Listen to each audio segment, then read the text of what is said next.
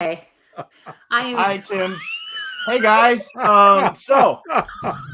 We've been talking for about the last 5 minutes, and Mike just realized that we hadn't gone live yet. So, this really has been the worst night of mine. I'm like, where is everybody? Why haven't I been picked on by anybody? What's going on here? I look to see how many people are on, and I'm like, where's the number? Yeah, well, that's exactly what I did. I'm like, where is everybody? Oh my God! I see Larson's here, and I haven't been picked on yet, and I'm like, what's going on here? So good evening. Tonight on Where's My Sage, A Taste of the Universe, we are running late, and I'm probably going to have to do an intro to the intro for Spotify, Spreaker, and iTunes. Good evening, Mr. Shaw, and welcome to joining us this evening with my wonderful co-host, Christy London.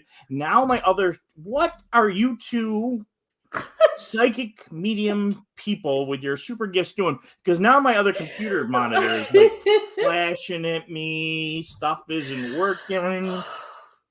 It's all live, baby. It's what it is.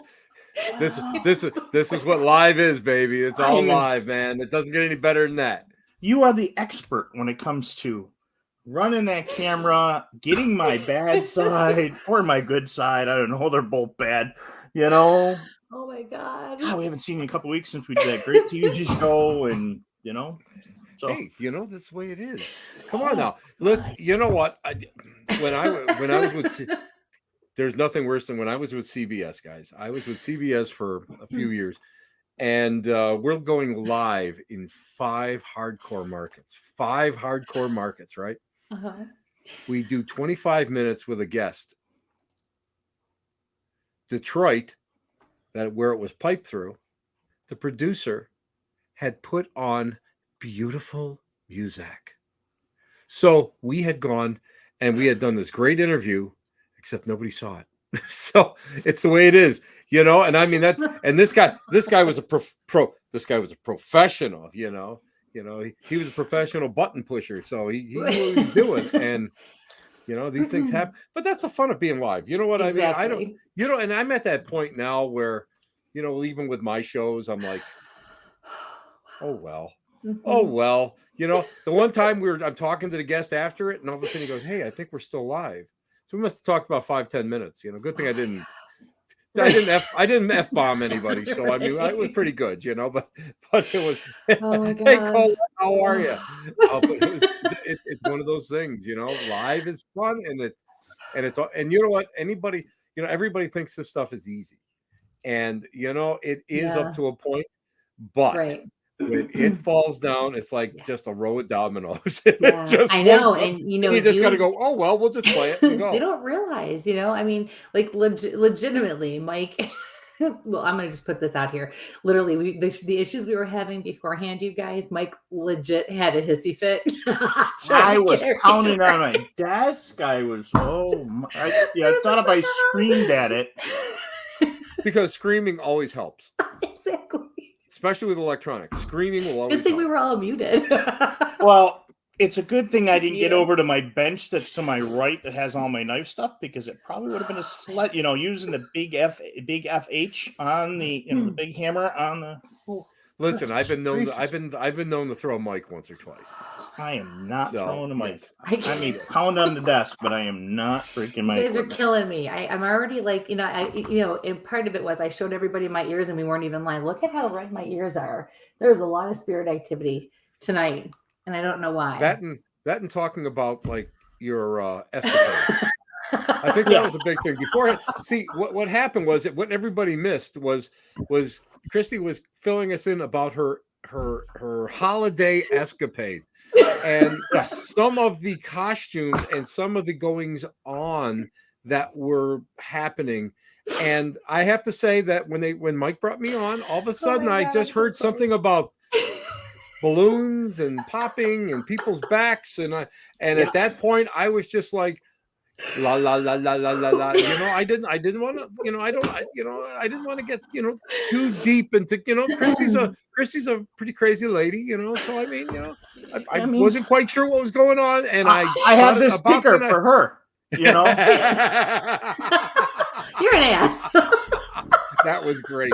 That is great. I had the other backup. It didn't exist until about 30 seconds ago. No, it's been. Go look. It's at the bottom. That's not always funny. at the bottom. That's it's funny. Right oh under the. We are all right, you guys. Let me just. This is not even a pet friendly show.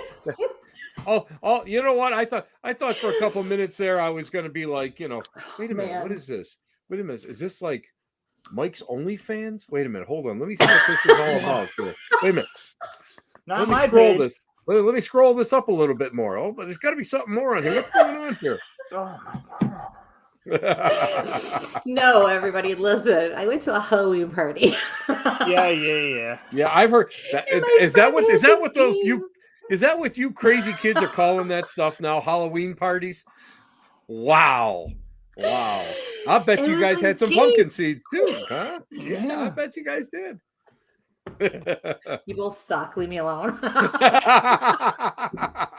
You know what? Nancy, where are you? They're picking on me. She's not here. She's not in the house. So I'm here.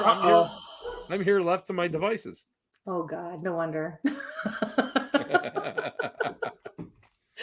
guys are gonna kill me. All right. Let's start this. So welcome to Where's My Sage, a Taste of the Universe, folks. I'm here with my co-host Christy London and our wonderful guest, the wonderful Tim Shaw. Hi, everybody. Like, share, subscribe, hit the buttons, find us on Spreaker, Spotify, iTunes. God. I got through. Okay, so that's done. We've had some excitement lately. And tonight we have a great guest. And there, I got serious for 5 minutes. Now we can turn the lunacy back on. It's a little dramatic. 30 seconds. Okay. All right. So, now we're. Hey, Carrie. Oh, hey. Tom's coming back around. We got the Nate here. Hey. We got Colette here. It's my other posse. Yeah. All right. All those. So hey, we still got some Bigfoot people bailing us out here. So, Nate, you have a request? Ooh, okay. I saw. Why do I already feel like it's gonna be about me? Why can I just tell that's gonna request? That's a quite the opening. I'll just let you know. Okay, hey, Tim, are you up for this? It's a whole episode of picking on Christy. We were going to talk about the occult, but picking on London might be a good thing to do. That might be a good one. Yeah. Bring it. Just remember what I can do. Well, not you, Tim. Wait, I was going to say, just remember what I can do. All right, I've seen you both raise a table in the middle of Michigan. All I gotta do is find a slot machine, but these things happen. These things happen. That's right. Oh, hey. Good evening, Kevin. Oh, hey. Hello. So nice to see you guys all in here. Yep. Thanks for joining us, everybody. As you say, we're just being ourselves and having fun. And of course, Tim is one of the best to egg on everything and to join right in. So not me. Not me. You guys have seen me serious. Never. Yes. I can bring too much candy to a set. Is that what you just said? Yeah, that's what it says. What's going on with that? So not just me. I'm not going there. I'm not saying a word. I'm going to be nice. I'm going to be good. All right. Enough about me. Let's talk about you. Start digging. It's not me. It's you. All right. Yeah. Absolutely. See? It's never Christy. Never. It's never me. No. Never it's always me. You got that right. And steal it. Yes. So, okay. So anytime we go to film he changes his name. Oh, you just realized who that was? Yeah. That's our Tom. Yes. Okay. That's our buddy Tom. Yes. All right. Tom, I sent you a Facebook message. Go take a look. Not that I'm on Facebook much anymore. I keep running from it. So whenever we go to film, well, Tim, you've been there. You've seen all the crap we bring. There you go. Sour Patch Kids, all sour candy, fun candy, whatever. So we're filming at one location not too long ago. Ooh. And we're cleaning up at the end of the night, right? And there's a ton of candy all over this table. So Kat and I are just like, trying to pack stuff up. The guys are handling the equipment. And she's like, what are we going to do with this? I said, I didn't even really bring most of it that night. So I said, I have no idea. I said, here, you know what? This is all open. You guys like that. I'll take the thing that's not open. And it happened to be like one of those bigger bags of the Chewy Sprees. So I'm like, I'll just take this one thing. You guys get all the rest, right? So what, like a day later or something like that? Tom asked in the group chat, hey, did anybody see a bag of Chewy Sprees? And I was like, well, yeah, I took that the other night. You can't, everything else that was on that table. And he goes, oh, are you kidding? And I was like, no, and I just happened to be eating them at the time. The bag was on my lap. So I sent a picture. I was like, yeah, see, dumping it up. He goes, those were supposed to be for work. They weren't even supposed to go into the location. They were supposed to stay in the car. Listen, said, if well, they're on the delicious. if they're on the catering table, it's free. It's a free for all. I don't care. I was filming a pilot down in, I forget where the hell I was. And so they had all these reenactors and they had all these people all dressed up. And they had a box. I mean, this big box of beef jerky. It was amazing. This huge box. And it was for some of the camera people and that, because they'd be working and they wouldn't take a lunch because they'd be filming all over the place. So they would take this beef jerky and that would be good enough until supper. These guys ate everything. I am talking, it was gone. One guy came back and there was like a half of one laying on the floor that somebody must have ate half of it and like missed his pocket and dropped it on the floor. He picked it up and I thought he was going to cry because that was all that was left, and I was like, well, it's a free for all, baby. If it goes on the catering table, it's, it's open season. Excuse me. In my defense, we've had those there for the group before. So I love you, Tom. I've heard that. Mike? Something about Christy? Oh, boy. Oh, we got a lot of stuff about Christy, but we won't talk about that. Oh, yeah. That goes both ways, my friends. Oh, Joe. Oh, sorry. Christy. I'm an open book. These people, everybody knows my deep dark secrets. There's no veil between me and anybody else. Larson, you're slow on the uptick. Excuse me. So actually, Kevin says the $30 in I think that was the night. I think that was the night I'm talking about. I think that was, because we had like a huge bag of Sour Patch, like one of those big, like, and then we had one of the family size. It was crazy. Remind me not to bring any of my stuff when we're filming. No, I have my own stuff. Listen, I'll stuff my own pockets. Don't worry about that. Well, what the hell? I wouldn't even get a chance. By the time I get to the catering table, it's gone. Right. That's why I bring extra gummy bears with me everywhere. Ugh, because I don't eat those. Ugh, gummy. Yeah, you bring anything gummy, I won't touch it. Ugh. No. I am trying to use these Hawaiian punch ones.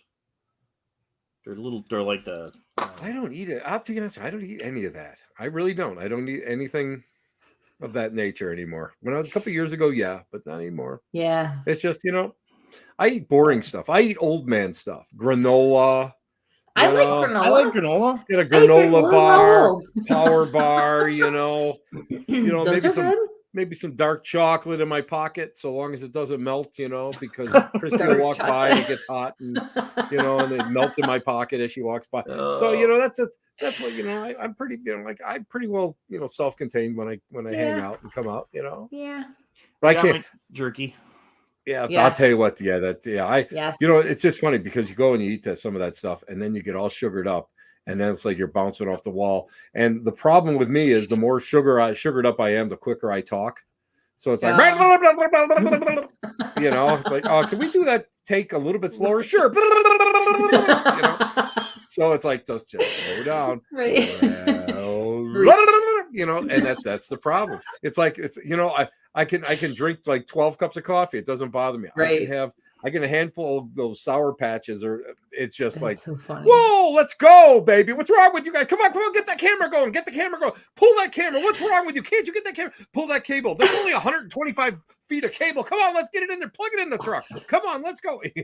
That's what happens when we're on the road and we're shooting, Oh my gosh, that's Come awesome. on, I gotta get back to the hotel. I gotta sleep. Yeah, like I'm gonna sleep, I'll be in the lobby talking to myself for an hour.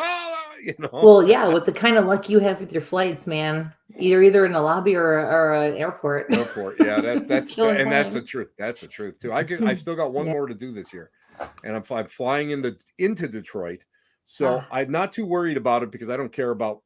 Well, yeah, I do have to care about it because I have Detroit. Detroit, but I have to make it home because I'm filming on the day after. So I've got to. That's what I was trying to. I told you before when I was pulling my hair out trying to fill out this contract online. So it's like, it's like I have to be there for this one. I got no choice. So, oh boy, I gotta make sure that I'm there. I'd like to be there like the day before, to be home the day before so I can like comb my hair and get myself almost presentable, and then but it's like, I got a feeling. I got a feeling product. Gotcha. Oh, the last out of stater for the year, I can almost assure myself that I will be arriving at the gate to leave for I would say probably 9 o'clock, and I know that I won't get home till probably like 8 or 9 o'clock at night. Oh wow! The way they were overbooking the flights and everything. So at least you guys are close to a major airport, so yeah, that's the one thing. In and driving 3 hours to the next place you got to go. Well, I've done that too. Yeah, I was gonna say. I've done that. We've had to rent a car, and then we had to drive 4 hours so that we could get a connection out and around. Yeah, that was a tough one because we got stuck, and what it was all the flight crew. It was the last flight of the night, and the flight crew had already logged in so many hours, but we could catch. I think it was like 3 o'clock in the morning. We could catch a flight to Newark to get home. Wow. And so we drove actually to Newark so that we could catch that. Yeah, there was a bunch of you for that one, wasn't there? There was 12 of us for that one. That's God. And the joke was if this plane goes down, all the paranormal world is gone. That's it. Everybody's gone. Everybody's gone. No more TV shows. Everybody's gone. Everybody's stuck. The producers are stuck on there. All these different people from different shows, and we're all just sitting there going, "Oh my God, what? That's crazy." They're all like this. Hey Tim, do you know how to drive a gospel bus? They're like, you know what I mean? We rented a 12-passenger. We had to rent a 12-passenger, and we loaded 18 people on it, with all the luggage and everything. and that's what we had, people sitting on each other, and the luggage was all over. Oh, and you say my stories or whatever? Not going there. all I got to say is by the time we got there, this group was very punchy. Oh. Of course, it didn't hurt that like there was some kind of libacious liquid that was being passed around. Oh, see, and there's no libacious liquid being passed around at my party. Sometimes. Well, Miss Christie, you don't need that stuff. I never did because I'm not really a drinker anyway. So you're just like high on life, right, Mike? I try to be. Right, Mike? Yep. Yeah, she's high on life. All right.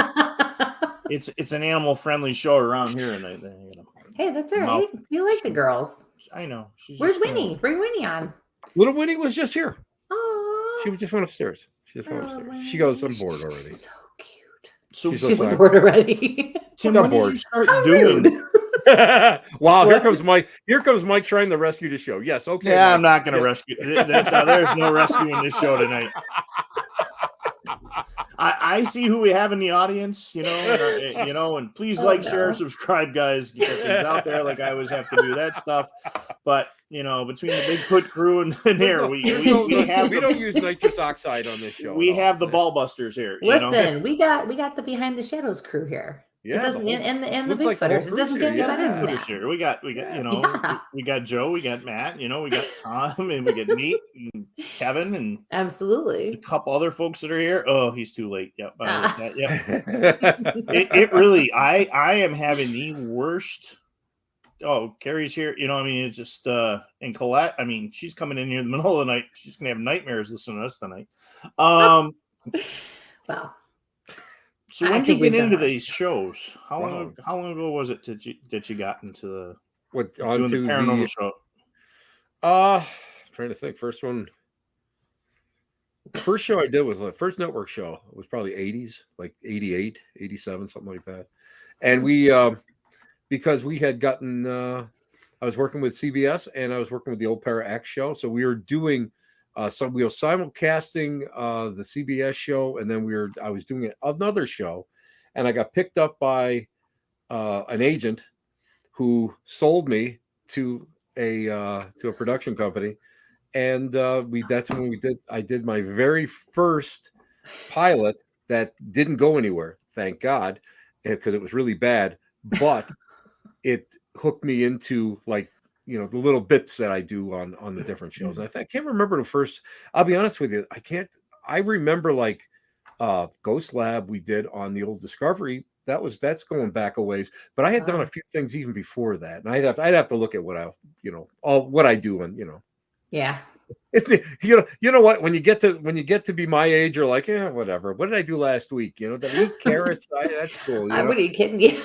Like what I do 5 minutes ago. Were you kidding? But yeah, I mean, that's basically this week's how I a little ambitious. Oh, believe me, this has been an amazing week here. Yeah. But it's I was lucky because I got word of mouth, and that's basically, a lot of people.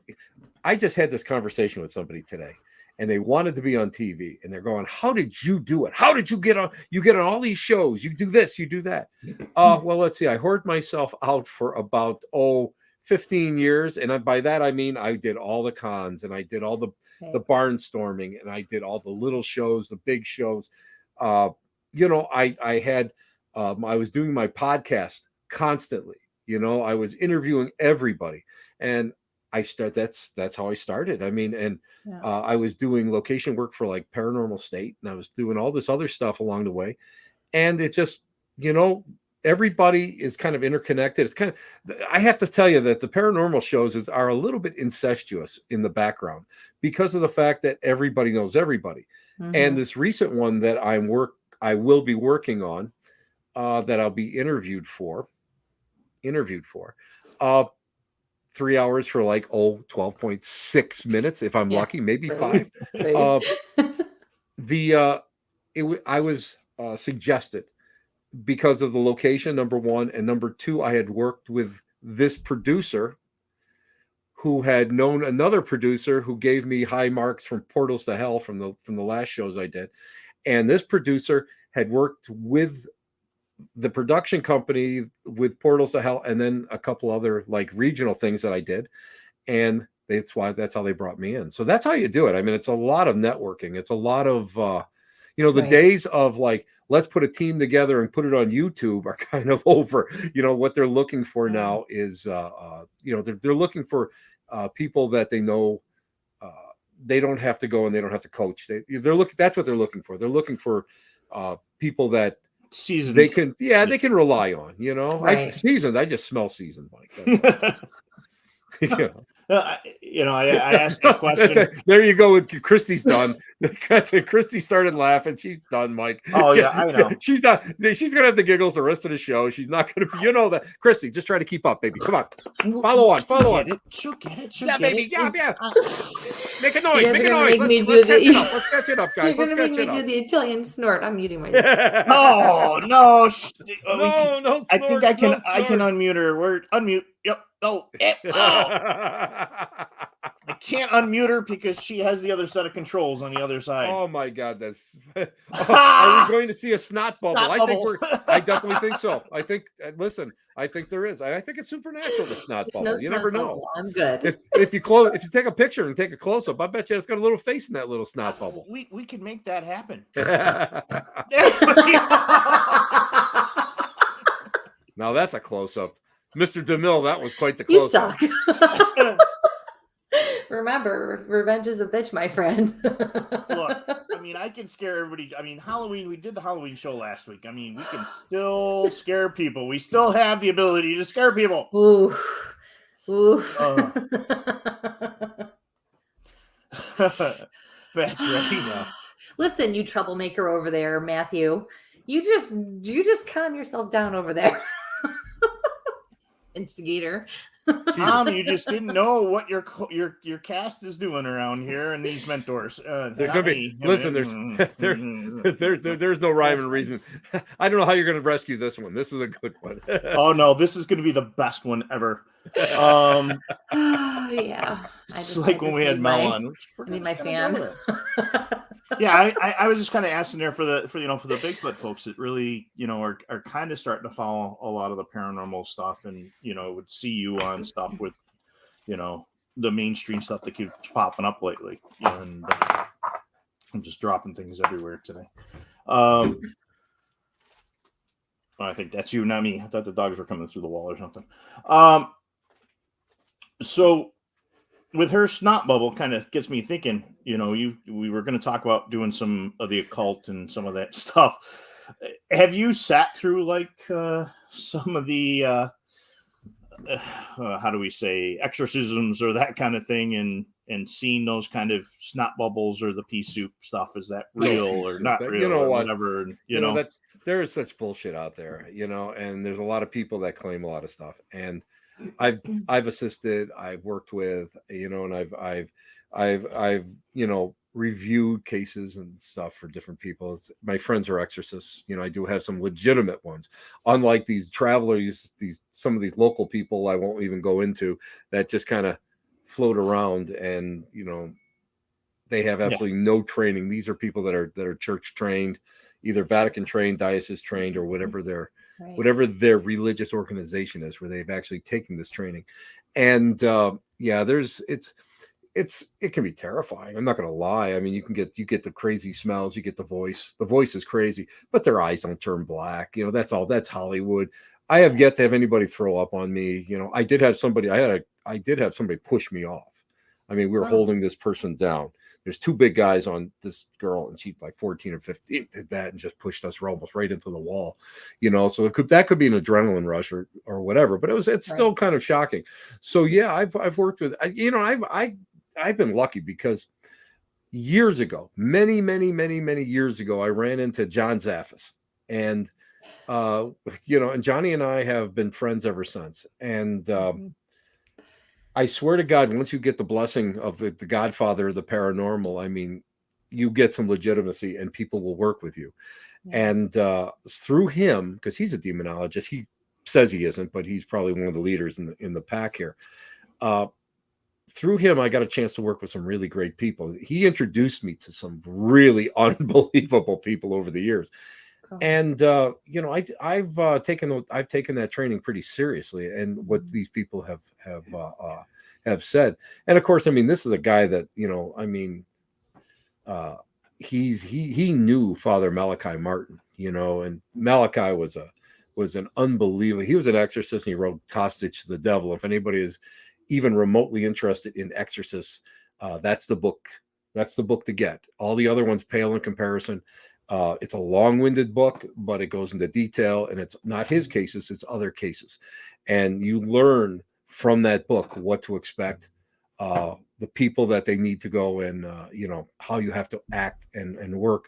So yeah, I've been blessed with it. And then of course, I mean, with me, me just being me, I get a chance to really hang out with some pretty cool people. I mean, I was hanging out at a Yule festival. Oh, imagine that, me at a Yule festival, and I ran into Witch Doctor Atul from Canada, and I mean, he's big, I mean, he learned under Priestess Miriam of the Rampart Street, New Orleans voodoo shrine. And I mean, he is really well rounded, and through him, I got a chance to meet some other people, and then I met like different people that are Santeria. And so I've been really, I've been, literally, it feels like I fell into like all these little slots where I get a chance to work with people. Right. But then again, I mean, I put a lot of time and effort in. A lot of people don't realize that. I mean, I've been doing this since I was a kid, like in 1972 is when I first did Lyceum, so that's our Sunday school, and that's I probably did my first seance when I was about 9 or 10 years old, and probably did my first rescue circle, which is like modern ghost hunting cleansing, probably about 14, maybe 15 years old. So I've been knocking around a long time doing this. I've always had an interest in it, and I'm not afraid to go out there and find what I need to grow with, what I need to accomplish, what I need to whatever look for. And I'm one of those people that has to stop, and it's got to be my attention span, because I have to stop, and I have to, if I see something that's like shiny, I have to stop and go and look at it. And I'm not trained under Tom Brown Jr. up at the Omega Institute in Rhinebeck, New York, which was earth shattering. That's the only way I can say that the whole course of study was earth shattering. And through him, I got a chance to learn a lot of Native American different techniques, but I got a chance to really push myself further, where I was able to go and really see ahead and do, and then see behind, and do a lot of, we were doing a lot of blind stuff, where we were all, we couldn't see. And it was basically, you had to walk the length of a football field, stop, and then go into a building until they stopped you inside the building. And out of like 160, 140, like 140 to 160 people, there was only like 7 of us that actually made it inside the building.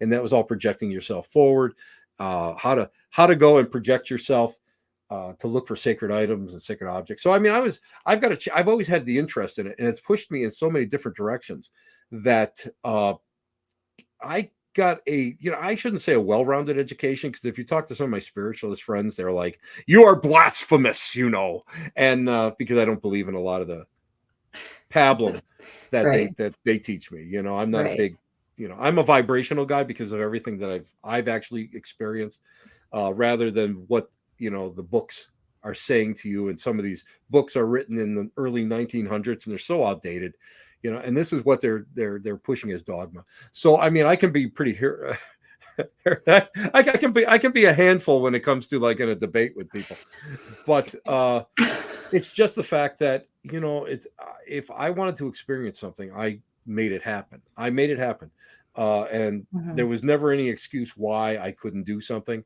There was never any excuse of why, something that would hold me back, and I think that's why, like, when there are rituals, when there's voodoo rituals, or even Appalachian hoodoo rituals, I'm invited to them. I'm an outsider. I'm not a part of anything. I know a lot of people within the craft. I knew the late Ray Buckland personally. When there was a circle cast or there was some kind of a ritual, I was invited, even though I was not part of, let's say, a coven, or I wasn't part of a group. I was invited to this stuff. They made sure they invited me. And I learned so much through that, and I practiced, and I gave up my Catholicism many years ago, and but I never gave up the ethics, some of the ethics of it, and I found that the ethics cross all the boundaries of all religions, and if everything else is just pablum, everything else is just it's just wrapping paper. That's the best way I can describe it. It's just wrapping paper. And if you break everything down, it all goes down to the lowest common denominator. And it's very, very common across the board. Doing the others, that's huge. Like attracts like is huge. Manifesting, working, and a lot of times, the one religion will say, we don't use saints, damn it. Well, you use guides. What the hell do you think is the difference? There's no difference. There's no difference. What's wrong with you? And I mean, it's all attracting this intelligence from one source or whatever source, and you can have all these thousands of deities and orishas and all this other stuff dancing around, and it's all focal points for energetic and I'll be honest with you. I mean, it's focused intent. So it all breaks down to the exact same thing, and that's something that I really have found is really universal across the boards. Is this focused intent, because without it, all these religions are nothing more than lip service. And and I'll be honest with you, if you start looking at a lot of the religions and you break it down, it's all the same thing. The only thing is you have different people who were ostracized in different areas. Let's say the Roman Catholic Church, they didn't fit. Or some of the Christian denominations, especially with your gay and lesbian and trans communities, they didn't fit. So they were forced out. They were looking for something. They were looking to fit somewhere and to fit let their lifestyles be accepted. And you start seeing it more in the, growing up. I mean, every congregation that I even was exposed to in the spiritualist religion was huge amounts of these wonderful people, and to me, I never saw any difference from. But in these other places, they had all these horror stories, So I mean, you have to find where you fit, and it doesn't matter in the long run how you fit in or where. It just matters that you believe in something. You have a spirituality, and that's it. That's it. That's all there is to it. There's nothing. You know what? Religion is made by man. Spirituality is your covenant with your God or your deity. And the bottom line is if you have something, your life is enhanced by it. That's just it. And it's the one thing that I absolutely teach anyone that mentors with me is that I will never tell them it's my way or no way. Oh, exactly. Oh my God. A certificate saying, okay, you worked under me and I say you can do what you can do, fine, right? But I will never. And if anybody ever tells you, excuse me, that it has to be their way or you're not certifiable or whatever the case is, then you know what? You can't do what you do. That's absolutely incorrect. And it just drives me nuts. And it comes from my own experience when I was mentoring. Let's break into certifications. Right. You know what? A certification is only good in the organization that issues it.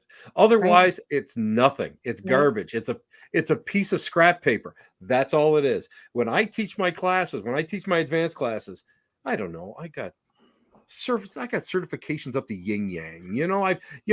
Every class I ever took, I got a cert from it, right? You know what I do with it? I open it up and I dump them on the floor. I said, okay, there you go. You guys want to see my certifications? That's what they're good for.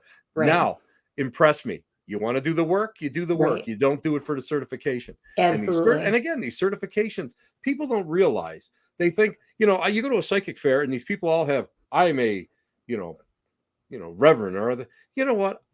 I've got 3 ordinations, One is my favorite because it's like I think it's the church of the flaming poodle or something, Oh, you're not a Pastafarian? That's my next thing. I am getting that. I am getting my Pastafarian. I'm telling you. But I mean, seriously, when you start looking at this, and it was kind of funny because when Christy sent me the first banner, it had Reverend Tim Shaw, and I said, could you take Reverend off?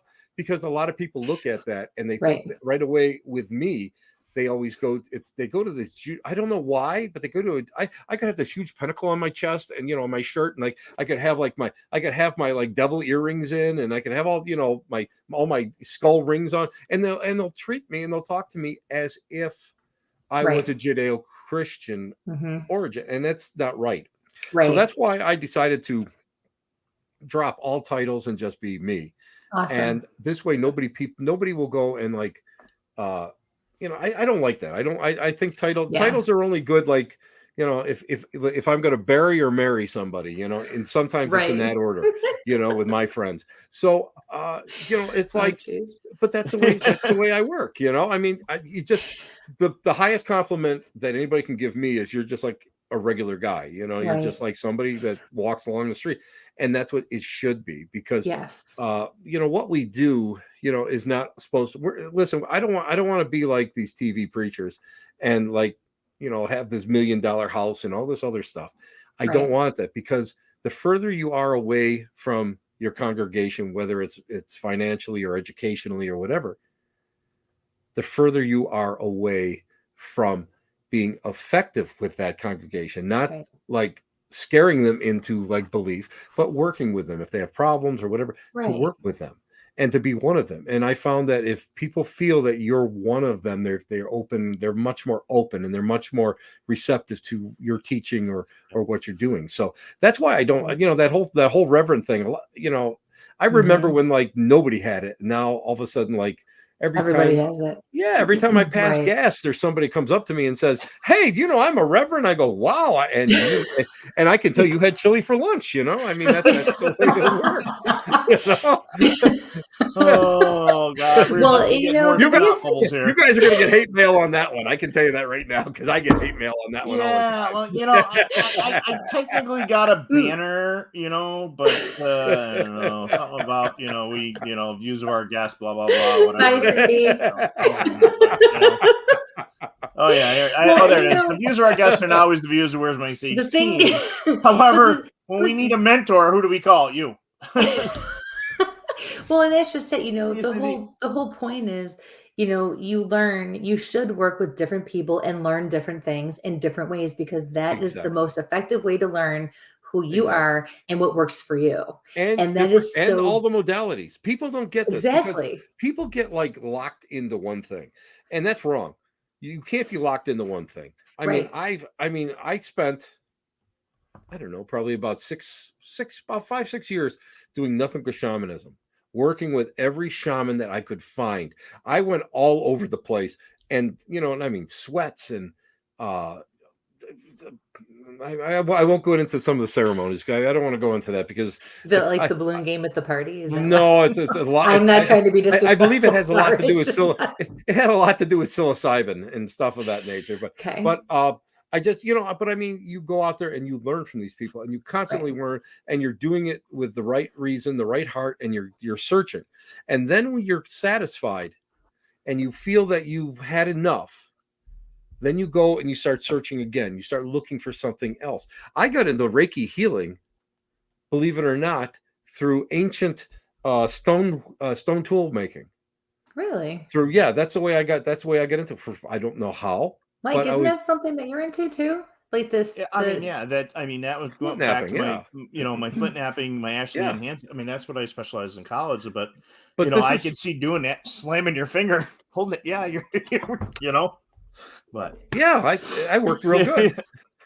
But how no, many I mean nappers it's. look like that though? I know that's it. You're Nappers and usually bomb all makers, beat we have no up. fingers. Yeah, But I mean, I think the problem I get is that uh, I think the biggest problem I have is people become too myopic. They're too focus.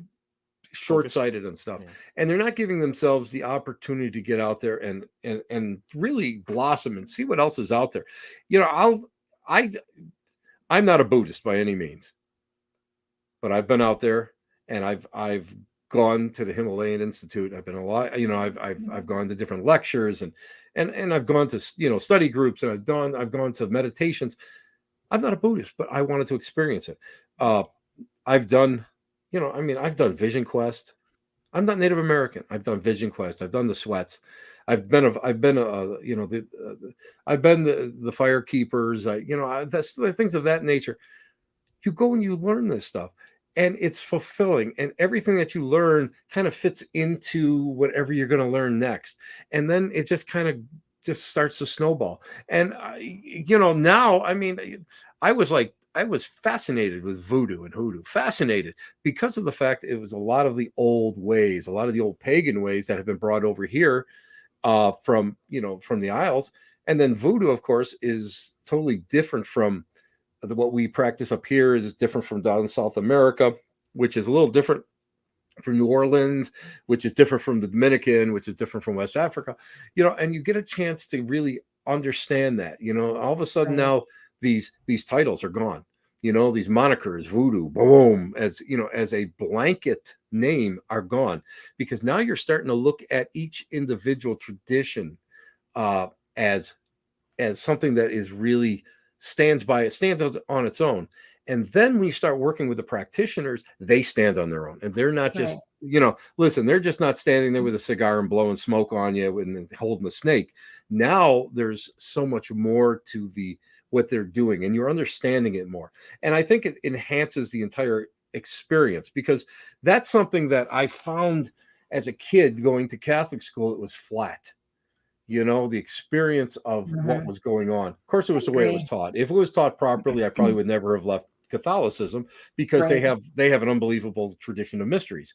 But that Mhm. was not the way it was taught, and it was very flat. And that's what caused me really to go and kind of adhere to when I went to Lilydale to visit my relatives in the summer, and to really, you know, being forced into doing a Sunday school gig, but being able to go and grasp it and really hold on to it. And those Right. mysteries, and again, I mean, I don't buy everything that the spiritualists tell me. I question everything about it. I still question the whole Fox family, the whole thing. But Hmm. on the overall, things make more sense. And then when you start looking at the Shakers, you have Mother Ann Lee, who was a prophet. I mean, Mm. You know, she was unbelievable. You have all these prophets from all these other religions. Then you start seeing all the other sort of crazier religions out there. You know, the Oneida community, the free love community down there, and you know, the Millerites that became Seventh-day Adventists. And you know, I mean, you start seeing all of this, and you start reading about it, and you start studying it, and you see the evolution of how everything starts to become different as it evolves. And by doing that, you can see your own evolution, your own life's evolution. And I know, like, I'm not the same person I was a year ago because of the fact that I've gone and I've met so many more people out there, you know, and I've gone to some fun things, and you know, not as many fun things. I didn't have any balloons. I'm sorry, Christy. You know, didn't have no balloons, but nothing about pasties either. You know, but well, you have snakes and smoke, so I don't know. listen. I've done naked maypole, so you know, I'm just telling you. And afraid. Okay, yeah. I like he was heading there, snake. I'm just telling you. I'm telling you. You know, these things happen. You know, when in Rome, you have to do it. That's right. So is that the contract you're doing? Because they are recruiting right now. Because I saw that on EJ's post the other day. Looking for Naked and Afraid, folks. Oh, yeah. But yeah, I mean, you know, but I mean, a lot of people don't realize that, because a lot of people think that, okay, I'm into this style of witchcraft. Well, there's a million different styles of witchcraft out there. You know, oh my God, you know, saying you got the vampirism.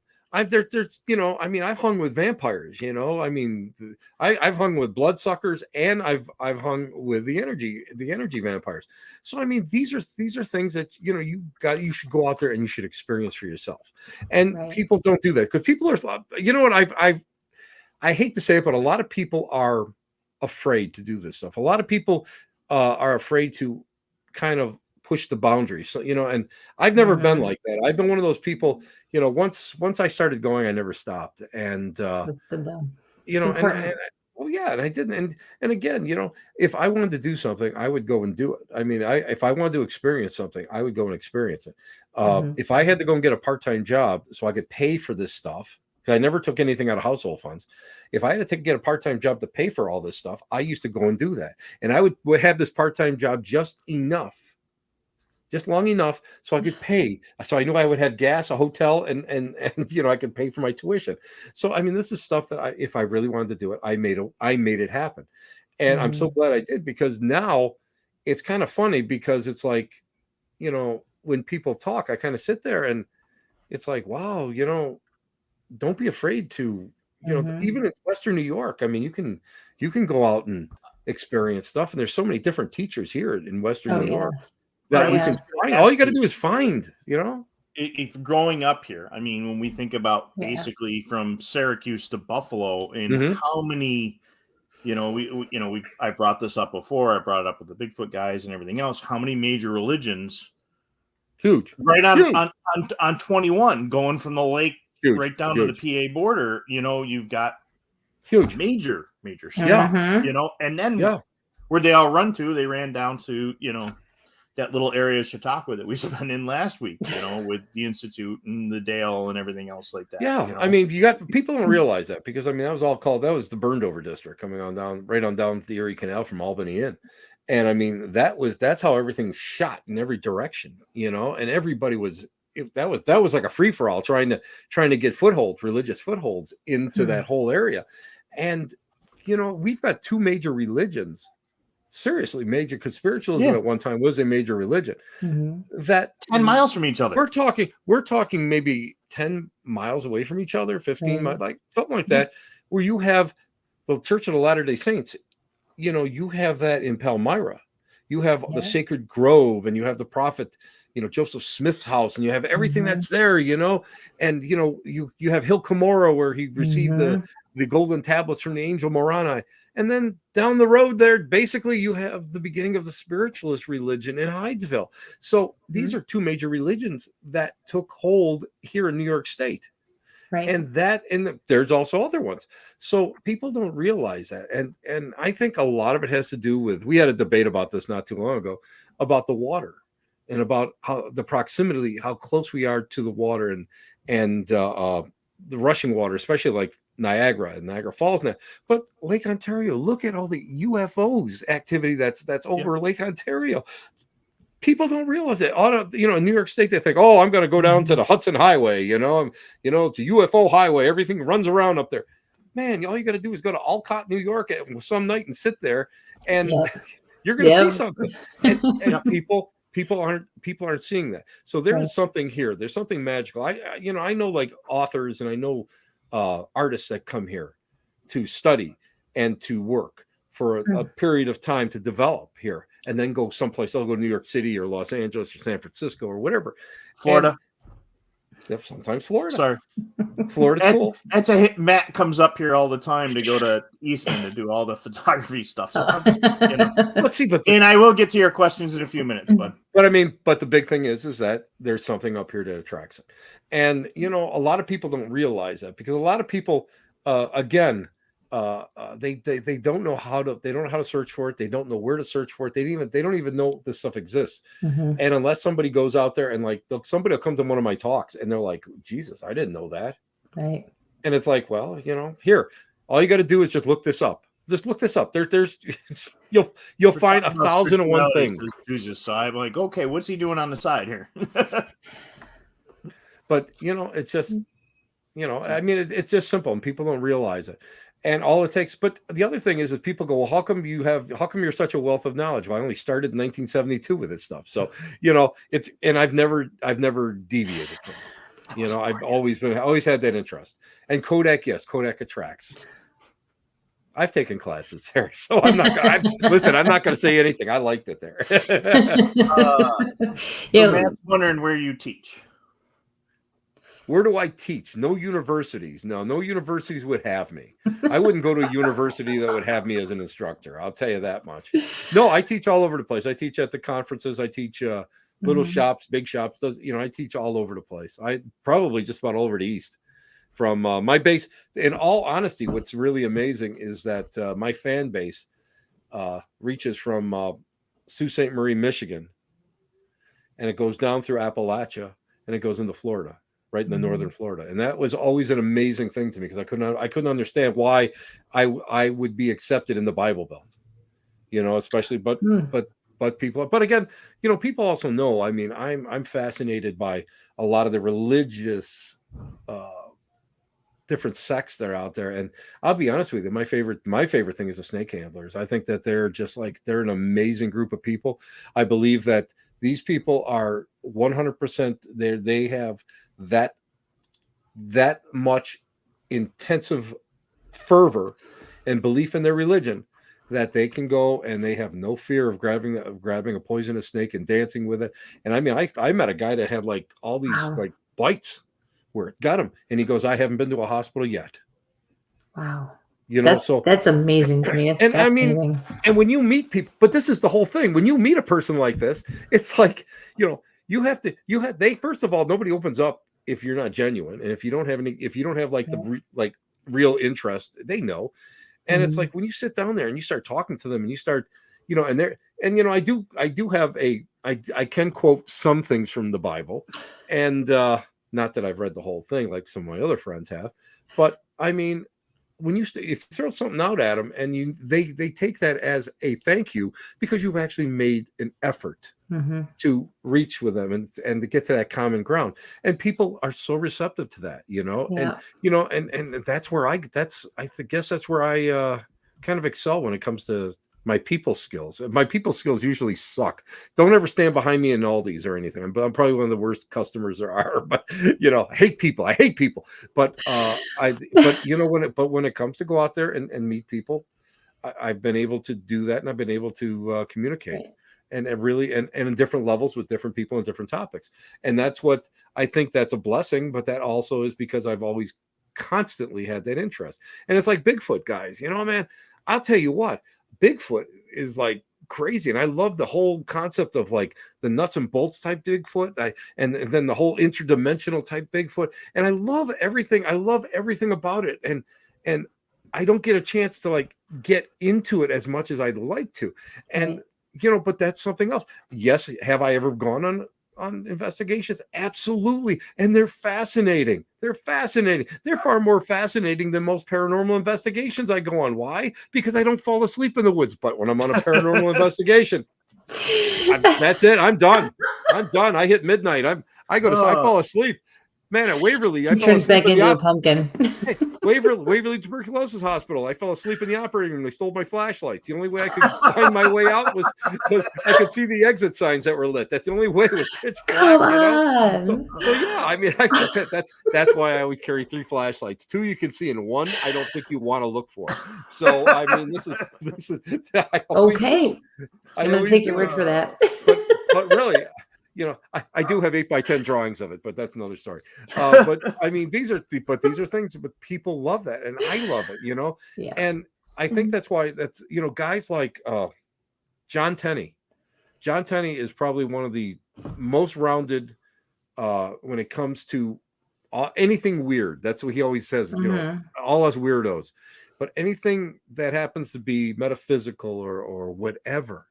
He's so rounded in it. And I wish I could command a quarter of the knowledge that guy has, because he has worked with it so much.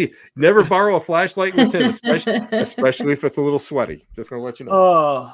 Larson actually has a question. What's the best tool, not necessarily the most common, in the paranormal world of research? Best tool outside of yourself? We'll just go outside of yourself. Because I like I'll be honest with you, I'm at the point now where I like personal experiences far more than evidence, because evidence means I have to go home and work and try to find it. Personal experiences. But I'm an audio guy, and I love audio. I love audio because video is hit and miss. We don't know. And, I mean, let's face it, everything has to go through computer chips now. It's not like the old, it's not like the old negatives where we could just take a picture of it and then you get a flat negative and figure out what's what on it.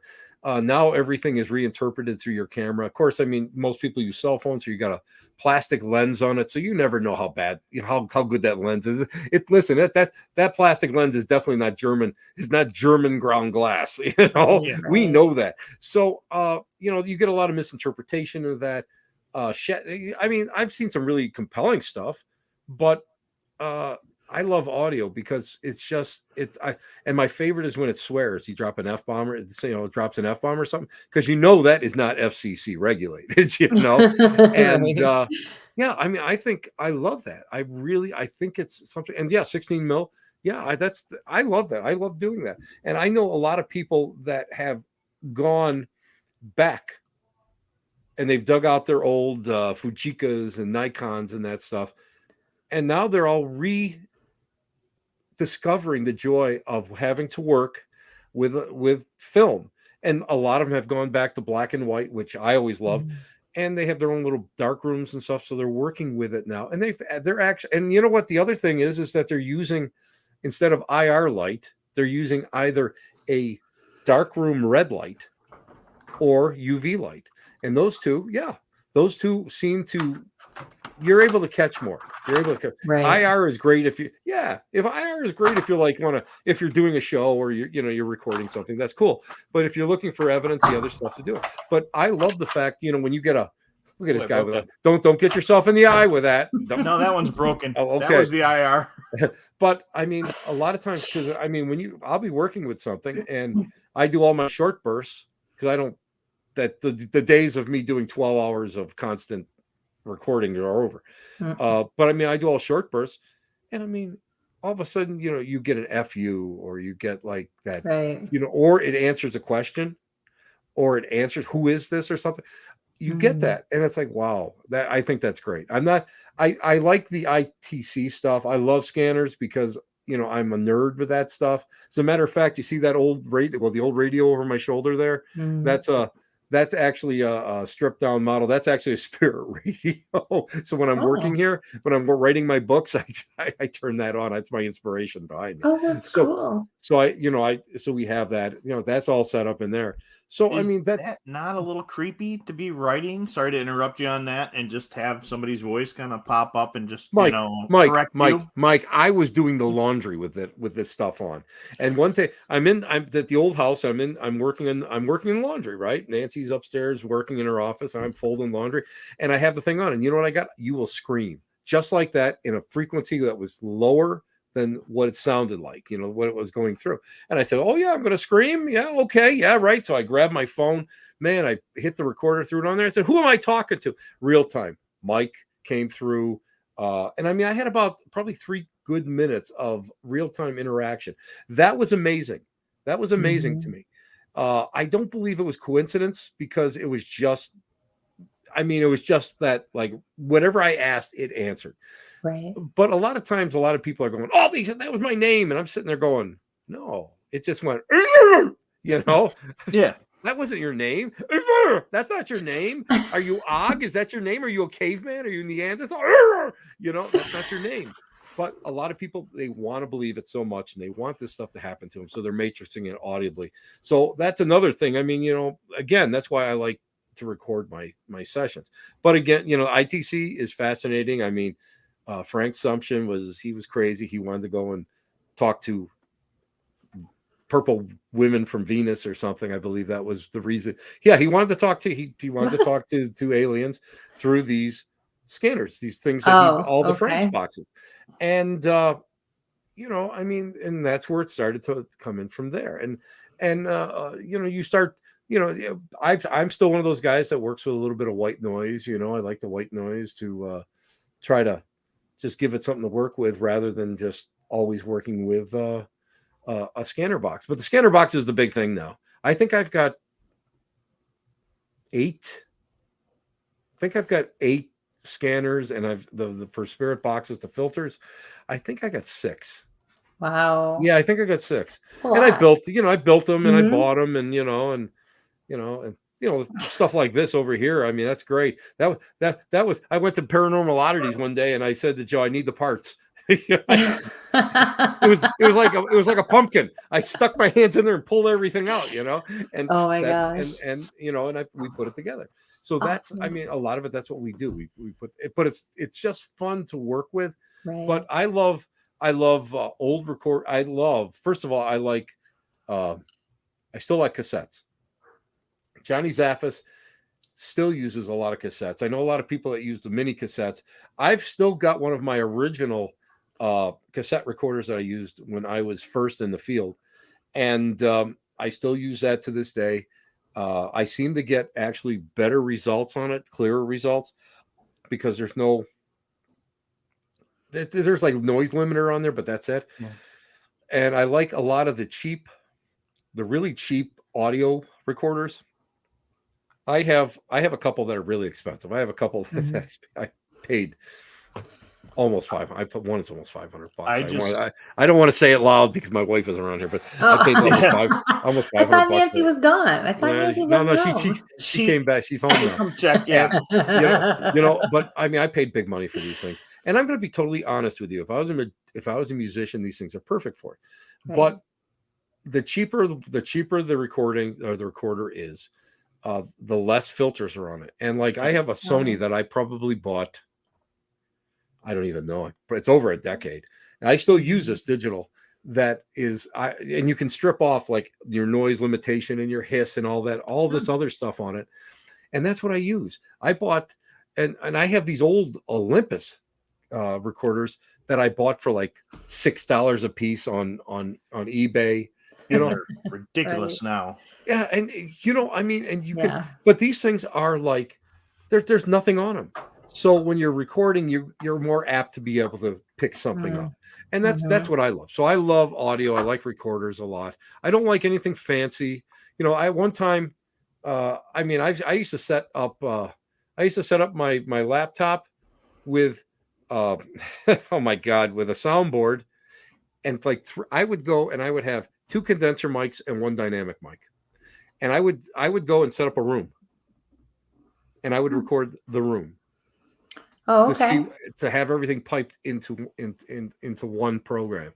Right. And it was like, at that point, I knew that there was something wrong with me, because I wasn't getting anything. There was nothing that was really getting. There was nothing. You know what I was getting? I was getting mice. I was getting mice in the walls. That's what I was. It was so sensitive. I was getting mice in the walls, but I wasn't getting anything that was like spiritual. And so I stopped using that, and I went into, just that my old Sony, and I have two of them. I have an older one, and one that's almost relatively new, so that's a decade old. And I get the most out of those, and I work with them too. But the other trick I will tell everybody right now is, with your equipment, you have to kind of attune to it. Like as a spiritualist, I'm a true believer that when you're working with spiritual seance tools, let's say spiritual seance tools, you should attune yourself to them. So that means that you should put them underneath your bed when you're sleeping.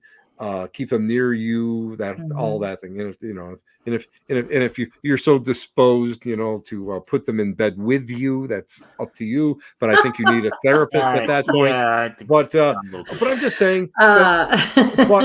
You need that energy. You need to have that. But yeah, you have to. It has to. It has to be. You have to be. Your energy has to mesh with it. Right. And I think that because we are as a dowser, I believe that we are the antenna.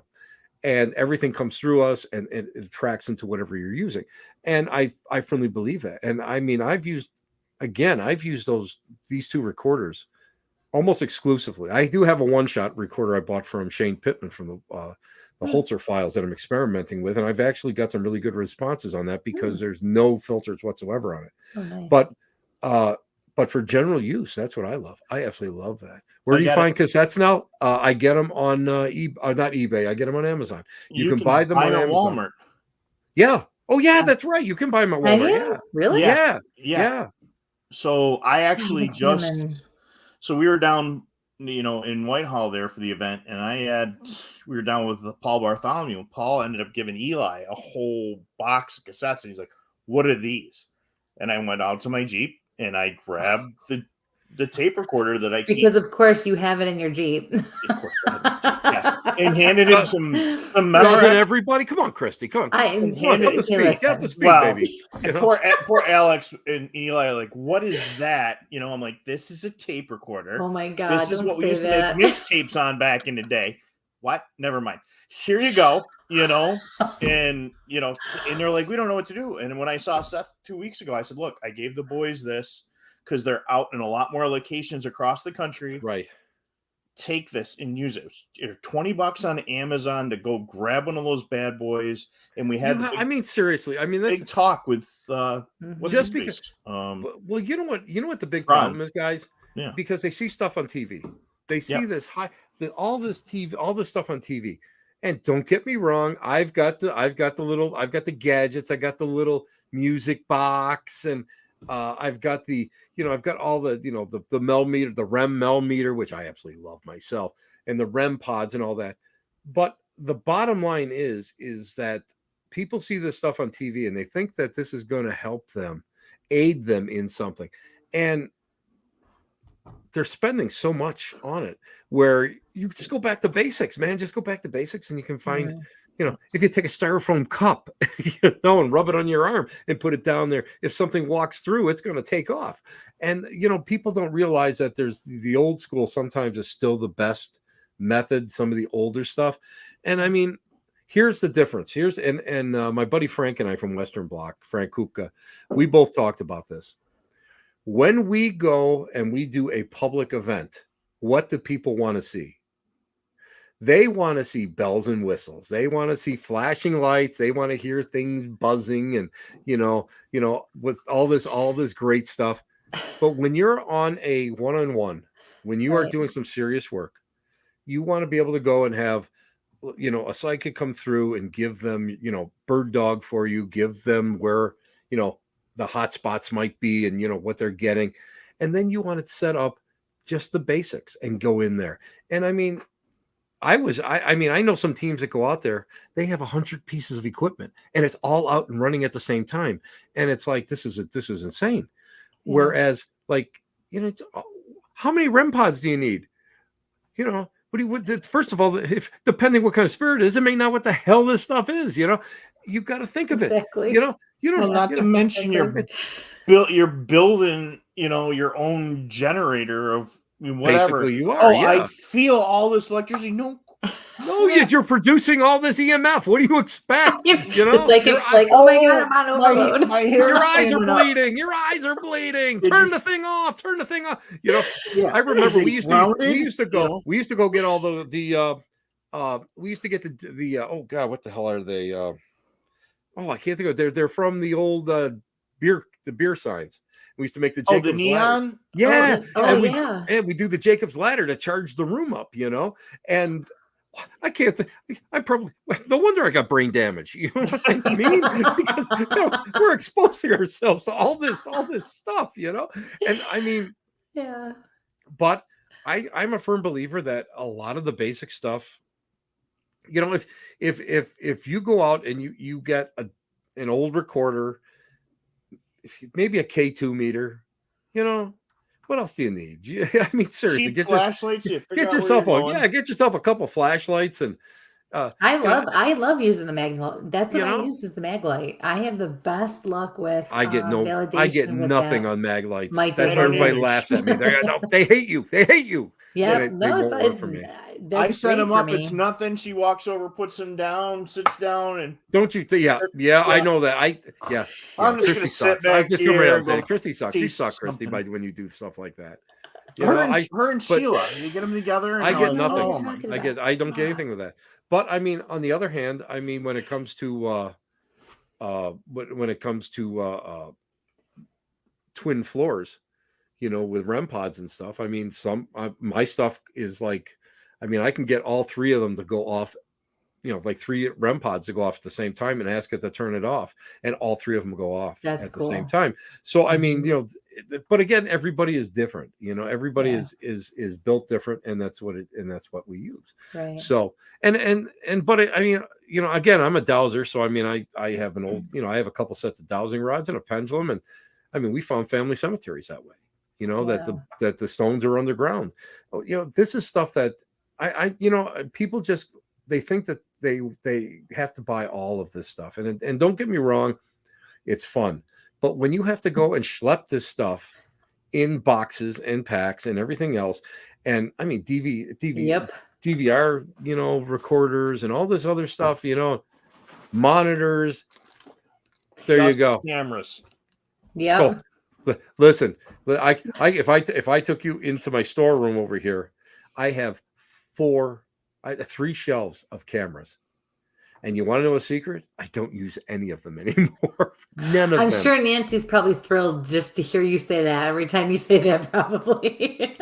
Well, I have what we use for the paranormal stuff, and then I have my Bigfoot box, and I'm looking at 6 crates in front of me right now. Well, but that's it. I mean, it gets to the point where you have to have a massive team in order to schlep this stuff in and set it up and everything. That's what I have a mic for. I have a mic for that. Oh, well, I don't have a mic. So, this is Mike and this is Ike. So I have to go. You got Frank and Joe to do all that stuff for you. And hey, if you're going to buy stuff, you got to go to Paranormal Oddities, go see Joe. We got to give him absolutely. We love and if Joe. you buy it from him, he'll set it up for you. Yeah. But it's funny because it's like I started with a Rubbermaid roller tote. I mean, that's the stuff I had just for me, and it just got to the point where it was ridiculous. And I mean, now because I'm cheap, I went to Amfets and I bought a $3, no, it was $2, a little like camera case, this little tiny camera case. That's all I use. It's like my merce, it's like a man purse, but I can put everything I need in there, and I don't need anything extra. And I mean, it really makes a big difference because first of all, it's in the dark. Do you know how much stuff, guys? You know how much stuff has walked on me? People have taken it. I've left it behind. It's dark. You're setting up. It's 5 o'clock in the morning. You can hardly keep your eyes open. You're throwing stuff in the boxes. And it gets lost. Our quarter a couple of weeks ago because I left it on the roof of the Jeep. I've done that. Yeah, that sucks. My K2 meter disappeared, and I don't have I have my SLS. I have a K2. I have my flashlights. My K2 gone. But I don't know who's got it, where it went. But this is what's so nice about like I either use that or I use a belt. If you guys, I know Mike is familiar with it. It's a shotgun shell holder, and it's just a pouch. It's a nylon pouch that sits on your that hangs off your belt. And I use that every so often just for equipment. If I'm just, but I don't use a lot of stuff. And it's funny because I'll put up like any of my evidence against anybody else's that gets it in the same location that night. And the best part about the whole thing is I'm in my car on my way home while they're still packing it up. And that to me means all the difference in the world, ease of movement, being in total independent control. If I want to take a camera, I take one of my smalls. If I want to go and I'm just doing audio, maybe I'll take one of the Zooms. I don't, but for the most part, no. It depends on where I'm going and what I want to accomplish. But for the most part, I've got more than enough that I can in that just a little tiny bag. Everything I've gone to is pretty much on a sling bag now. That's the best way. I took, and it's got some Molly gear, so it in mag pouches, and I just dropped the Aren't those recorders nice? in the mag pouches. Those I would run the recorders off the back, and then I can live listen. That's the way. Go in, and if I need more than that, I go with a tack vest where I've got mag pouches. And I've got the tack vest. I've got right. I got a photographer's vest that I use.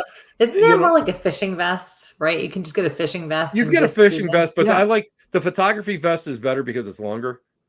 It's the other one is sort of like an Ike jacket. It goes to the waist. These are a little bit longer. There's more pockets in there. There's more room in there. And when I was filming for different places, it was great because I would wear that and I'd have different lenses, and I would have like enough batteries to take on the world.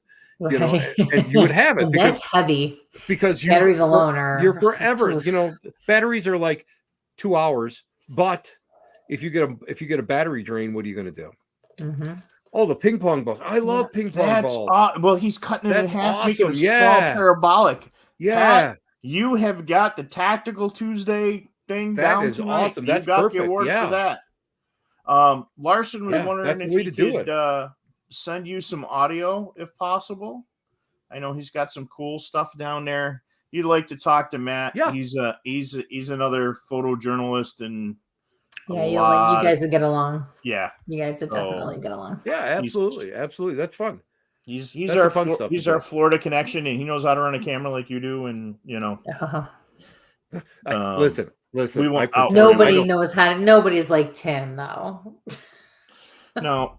I'm just saying, the man behind the cam, listen, in my storeroom, I will admit this. I have a Rubbermaid container that has a portable studio in it. It has everything. I have a 3-camera system with the lights, the microphones, backdrops, several backdrops, you name it, it's there. And ask me the last time I used it. Oh, probably 4 years ago. I've never used it, So let's do that. It'll be fun. That's fun. But I mean, it's people are tech heavy. People like the latest tech. People, and you know what it's getting to be like? It's getting to be like a fashion show. Because I was at this public hunt, right? And I won't say where because it was out of state. And they're really nice people there. But this group that came in, it was like they're pulling out all this equipment, all brand new, latest stuff, every single one of them. And I can tell you it was hysterical because they were just like lording it over all these other people, just like schleps like me, my little bag. To be honest with you, they used not even an eighth of their equipment. And they schlepped it the whole night. And it was 6 buildings that they had to go through, tunnels. They had to go. And I mean, and there was some hellacious places that, I had to get on my hands and knees to get through the tunnel and up. And, and I mean, they're schlepping this stuff. And I mean, they've got these photographer backpacks just full. I mean, they're not like the small ones. These are those big ones, right? And that's a deterrent. I mean, to think of even for me to pack a bag with just extra batteries and all that heavy stuff for me, I'm like, I mean, I can't imagine having to carry all that's why I'm so. I think that's why I'm so careful with my stuff, because of what I take, and everything's maximized. It depends where I'm going and what I'm going to do. Right. And everything is maximized for that. It's all made for Michael Lauk. That's the acorn from up Alaska. How are you, Michael? Aww. Michael's my hero. Michael, hello. on Wow, the Alaska? the old Black Cat Lounge, Mike used to go, and we had he had a little inspirational segment on my show, and it was always great. We always had that, and we, I forget what it was called now, but Mike always every week he had something that was so cool, and he would talk about it, and that was part of the show when we were doing it. So Michael's That's all right. Awesome. Thanks for joining us. And, all the way from Alaska. And Mike and I first actually met face to face at the Waverly Tuberculosis Hospital. So very cool. But it was great because he had scoped out the place the day before, and instead and he knew the best places to eat. The guy, the place that we had buffalo steaks. Remember that, Mike? We had buffalo steaks at that restaurant across the street from the hotel. And that was a good experience. That was a great experience, as a matter of fact, with Mike. Not always about the pizza, Hunting. No. Or the crock-pot meals. Pizza is a very, very integral part of my paranormal experience. Yeah, Mike. Right here. Mike is a riot, because now Mike is Mike's a all around guy, man. He's a survival guy, and you'd love him, Mike. You love him. He's a survival guy. He built a small home, a little house he lived in on a trailer, and he's back up in Alaska now. And I love, and he's a photographer. The stuff that I see from him is amazing. So it's always good. Mike is one of my heroes. Mike is seriously, he's one of my heroes. And we go back. Oh my God, it's early Para X days, and that's his name. That's his nickname, the Acorn. Love it. I love it. Aw.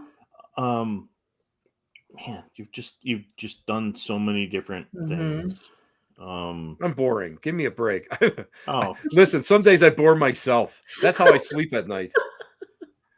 Well, yeah, you're so boring. This is the perfect time to bring up Matt's other question. Anything with the photos behind you?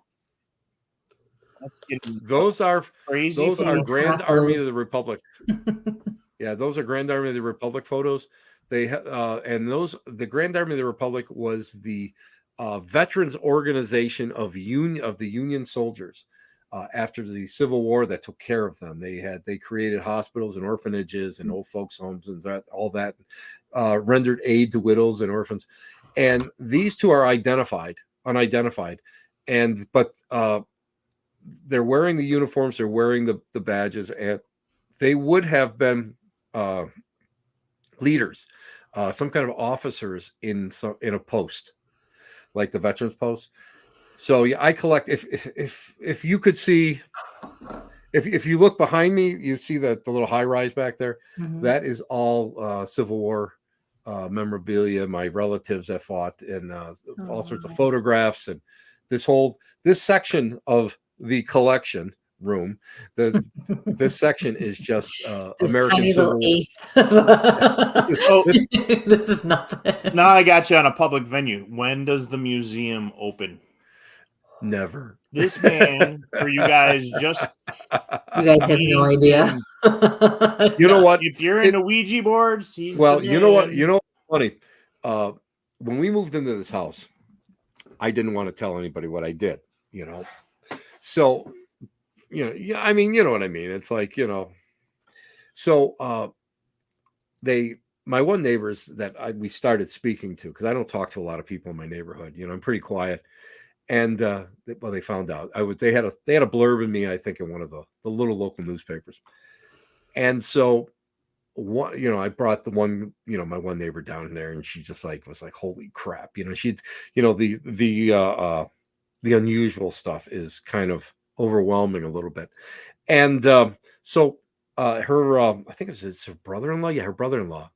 Last night, Halloween, of course, they were out Halloween trick-or-treating, and Nancy and I are sitting in the Nate. Yeah, you can come someday. Nate, I'll bring you in here. We're sitting out there at the garage, giving out candy, and he comes over with his girlfriend. He goes, "Hey, can we see that museum? Can we see what you got?" So I brought him down there, and I think he was a little overwhelmed. Oh, You know, I mean, I have like 82 Ouija boards, but you know, I have like 20 antiques that are on display, and then I have my African pieces. I have, you know, the nail effigies, and I have pieces that I have one that gave responses when we were filming in a location, so I was able to get that piece, you know, and I have asylum and sanitarium pieces. I have quack medical devices. I have a postcard from the Wildwood Sanitarium with the sanitarium on the front, and the woman who wrote the postcard actually X'd out the windows that her room was. That was her room where she stayed. I have a postcard from Buffalo, New York, my hometown, with the Spanish American about the Spanish American or Spanish flu. Oh, wow. There's a cool article right here. There you go. That's it. And this was that's from The Villager and Ellicottville and Chautauqua from last week. Yeah, but that had Meldrum, and then the girls were down here for the Wildwood. Right. Meldrum. Yeah. But I mean, you get, you know, I love this stuff, and I love everything. The quack medical devices, because everything was battery operated, so they used to bring DC power through you. And I have like what they call a Boyd's pendant. It's about yay big, and it looks like little hearing aid batteries, and you would wear that, cool. and you would absorb the DC current. And I've got. Do you have any dental? And as a matter of fact, I just got from the Booth brothers, the film guys. They do all the crazy docs and stuff. They sold me a small bone saw, it's a cranial bone saw, and so I got that through TSA. That was always interesting. But I mean, that was put in with the exorcism kit, you know, because I taught cleansing this at this last one. But I mean, I love that stuff. I think it's fascinating. But also, I mean, I've got like stuff that people have wanted to get rid of out of the houses, you know, that were active.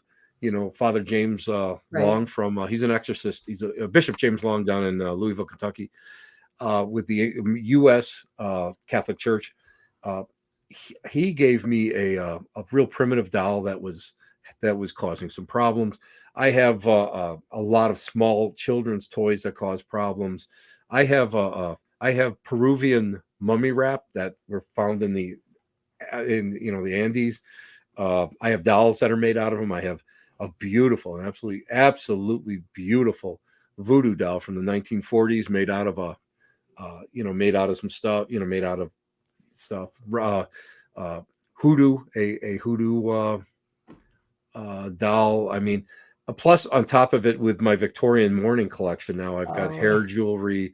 I just picked up a handle from a reclaimed Victorian coffin that was that they dug up, and they got that, and photographs of mourning, and and of course I have I have photos with Lorraine Warren, who I had met and talked to several times, and the late Raymond Buckland, of course, and and places I've been, so like little mementos and stuff, and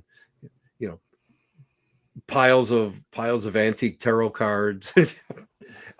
You name it, it's over there, and some of the and again and Dan, my buddy Dan Kless, who owns the Hinsdale House, he was in England, and he found a guy actually sold him a witch spike, and it's got showed us that, and it's got the copy of the photo, and you can see the spike into the hip, where if the witch had come back alive, she would have moved in the spike would have embedded into her pelvis.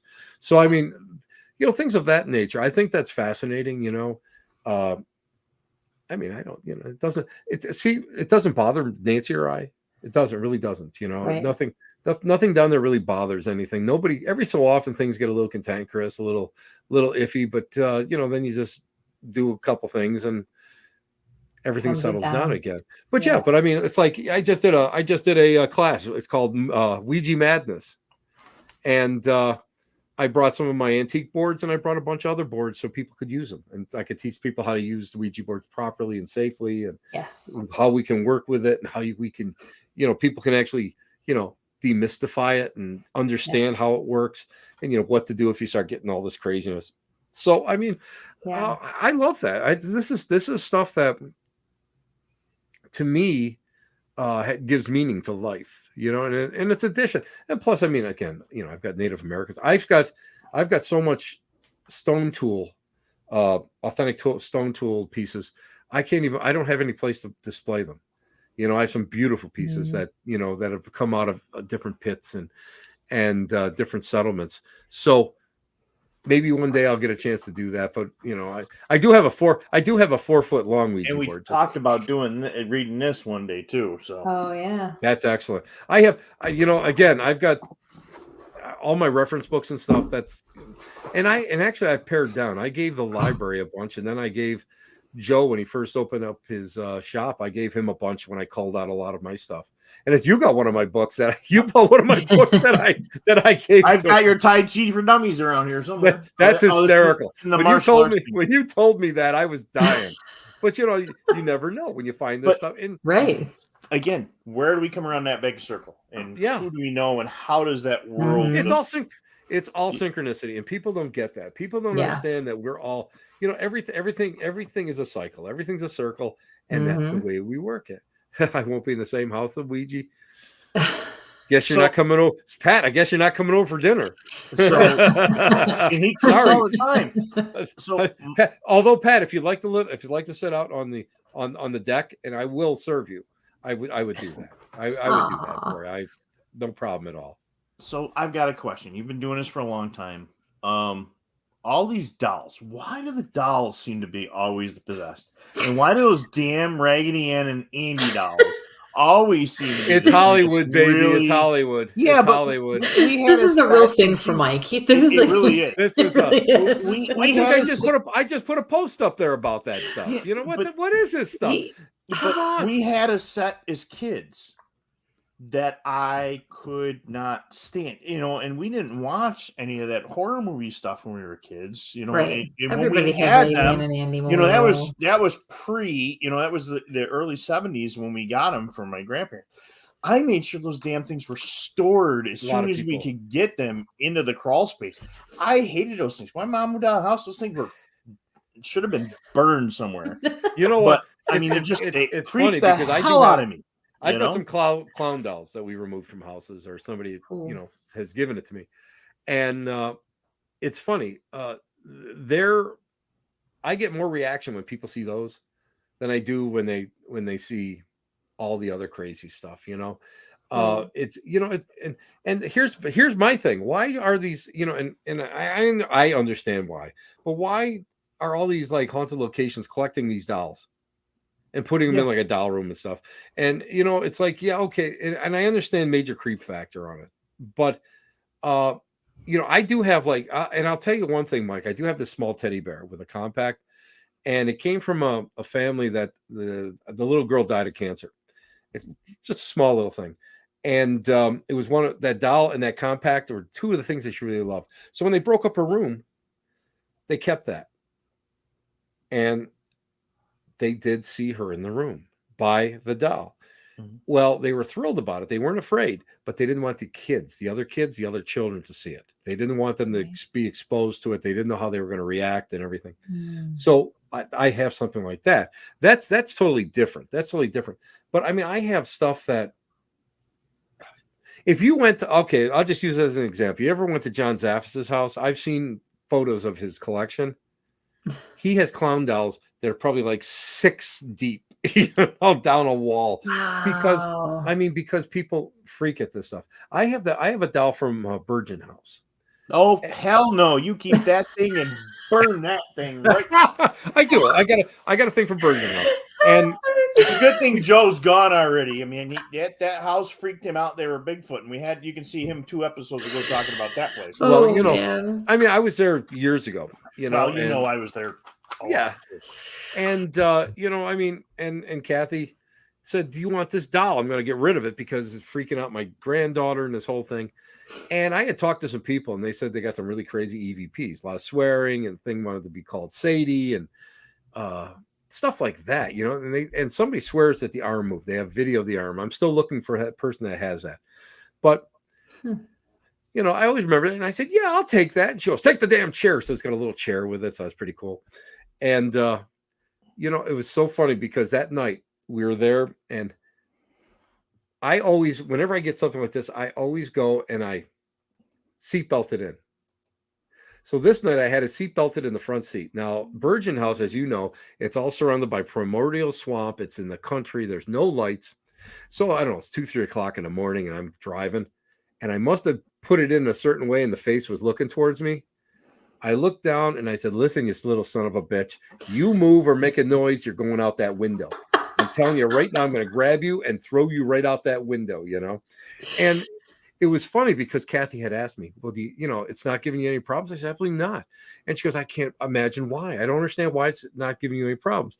I said, well, here's the thing. Pretty much wherever I go with relics, it goes with me. It has gone to more places than I've taken my wife on vacation. So I think it really enjoys it. And if, and I'll be going to Detroit, or I'll be heading up to the UP, and I'll be shooting across and going in through Canada. And as I'm going into Canada, people are like, the people at the border are like, what are you doing? So I'm telling them, oh, really? What you bringing anything in? I said, I've got like haunted objects in that trunk in the back. In that trunk. and what I'll always do is I put Sadie into my backpack, and the backpack's in the front seat with me. And then Sadie's like this, standing there, like, hanging out of the backpack.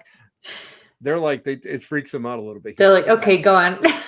I had a 3 foot. Do you know who Santa Muerte is? No. Santa Muerte is a folk saint from Central America, and she's been really homogenized lately.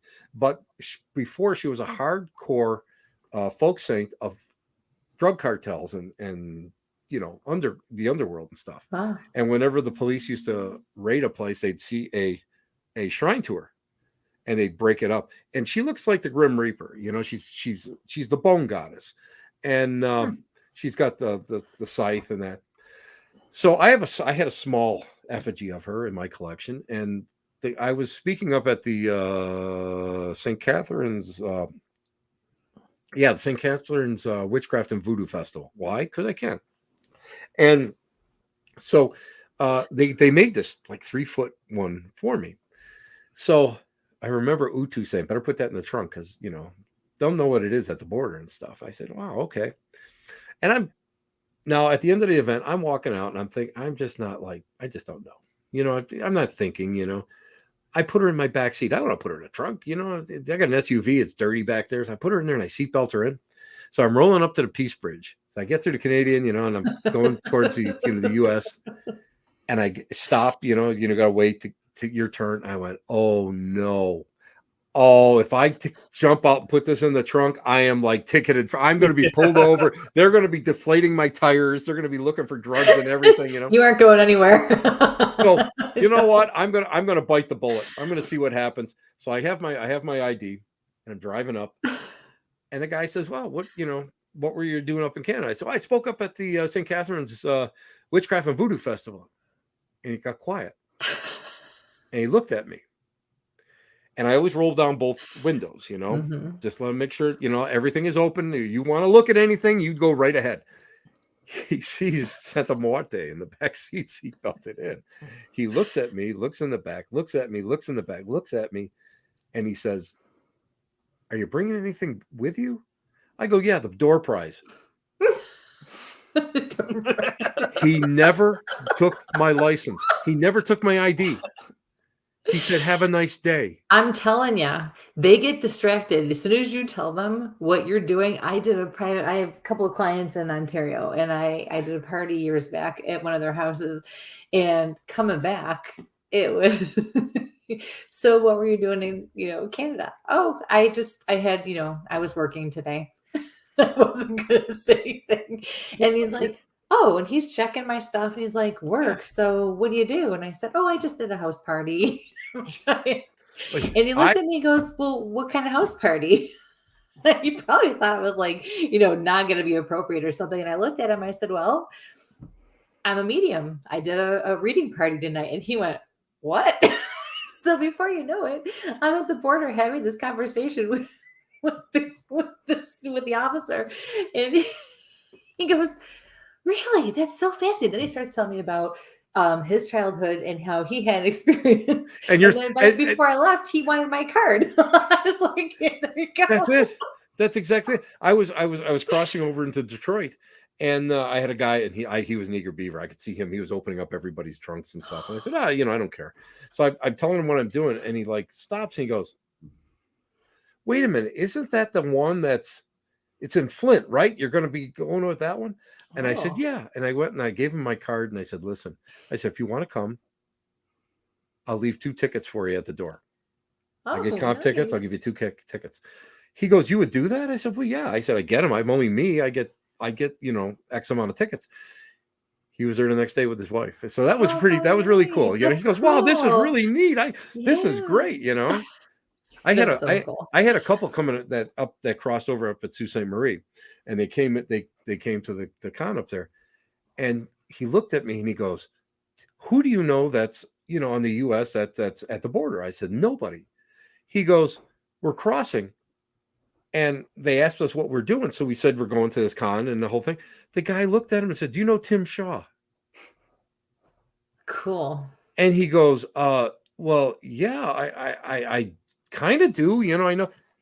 "Oh, yeah, really? I saw him on TV not too long." And I don't know how he remembered it or whatever. I don't even know how he pulled that name out. But they came in. They were like, "Holy crap, we're going to use your name every time we get in trouble at the border." I said, "No, don't do that." Because you're hanging out with the Prince of Darkness there, Yeah, really. please. That's right up there with working with, my buddy there, Mr. Osborne, and I love his energy. He's great. Love it. I mean, I've never met him, obviously, but just watching. I'm just going to tell you what, he's the real thing. He's the real thing. He's the real deal. He knows his stuff. And I loved working with him. And I've known Katrina Wiedemann for many years. Yeah. But I actually got a chance to meet him, and we worked 3 times with him. Yeah. And the best was the last time. We're driving back to the hotel. The PA says to me, "Hey, you want to drive with Jack?" Do I want to drive with Jack? What do you think? I'm going to drive with you, or I could drive with Jack? I'm going with Jack. Right. So, we're going back, and he goes, "Hey, Tim," he goes, you live in the snow belt. He goes, "What kind of a snowblower?" We're talking about snowblowers. You're talking with Jack Osborne. He wants to know what kind of snowblower I own. It's like, this is surreal. I wanted to talk about something so crazy, funny. His parents or something. Right. Snowblowers. No. Snowblowers. The CEO of his production company's in the back seat. They're talking Travel Channel politics, and how everything works. And it was an education, but it was hysterical because this is how you kind of, right. Get but respected. They're normal people. Yeah. And people don't realize that, Right. But that's the fun of it. And and you get great stories. The road stories are the best. Well, look at poor Mike. All of a sudden, let me tell you guys, Christy and Mike were up in Sault Ste. Marie. I said, "Come on, Christy." Christy threw her purse at Mike, and I dragged poor Christy around, introducing me and my bad knee. I was "Come on, let's go." And she's limping. I got her. Come on, let's go. We talked to one person. I grabbed her. "Well, that's enough. Come on, let's go." We ran up and down. He did. He had me by the arm. No, but it was awesome. Mike, the best one was. Oh. This is what I get. "I wanted to take your seance class, and it's sold out. I wanted to take it." I went, "Oh, Christy, don't worry about it. You know what? I'll make arrangements. You can be my assistant." I have to, and then Christy was there, and I said, "Guess who's running the seance?" "Christy." I was like, "What the hell?" She had a little, and then the table levitates, and I go, but it did, yeah. But I she did. She listened to what I told her, and she did well. The table did. That table had some vibrations going in that table. That was kind of crazy. Really even I was shocked at. I was kind of shocked at that. I didn't think that was going to happen. Yeah, but, it was awesome. I'd never done it before. But that's the fun of it. Cool. When you do stuff like this, that's the fun of it. You got to make it fun. Because it gets to be work. And you don't want it to be work. Mm-hmm. I mean, I'm coming off like 3 to 4 things a week, for like I think 5 weeks. And the prep for this stuff is for me is intensive because I'm taking my stuff with me. I'm taking the seance stuff. I'm taking the Victorian stuff. I'm taking haunted objects. We did a Victorian seance up at Paranormal Oddities that we catered. We actually, we I wanted to go we to had that. food, and then we had the seance, and then we broke up into we did table tipping and stuff. And then we just did, as a matter of fact, I want to go to the next one. Okay, you can. I'll let you know. But and then just Saturday we did. That schedule starting Monday. Yeah. I don't want to even think about next year yet. I'm already booked. I already signed a couple contracts. I'm already booked for a couple things, but I don't want to think that far ahead. But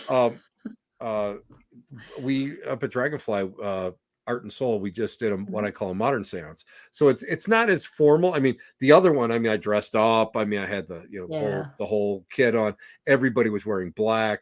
Joe Piari was serving people, dinner, and everything. And I cooked, all the roast. I had roast beef and potatoes and vegetables I bet it was and delicious. baked ziti, and Nancy made cupcakes for dessert and stuff. So nice. I mean, we we made it special, and that's what they were like.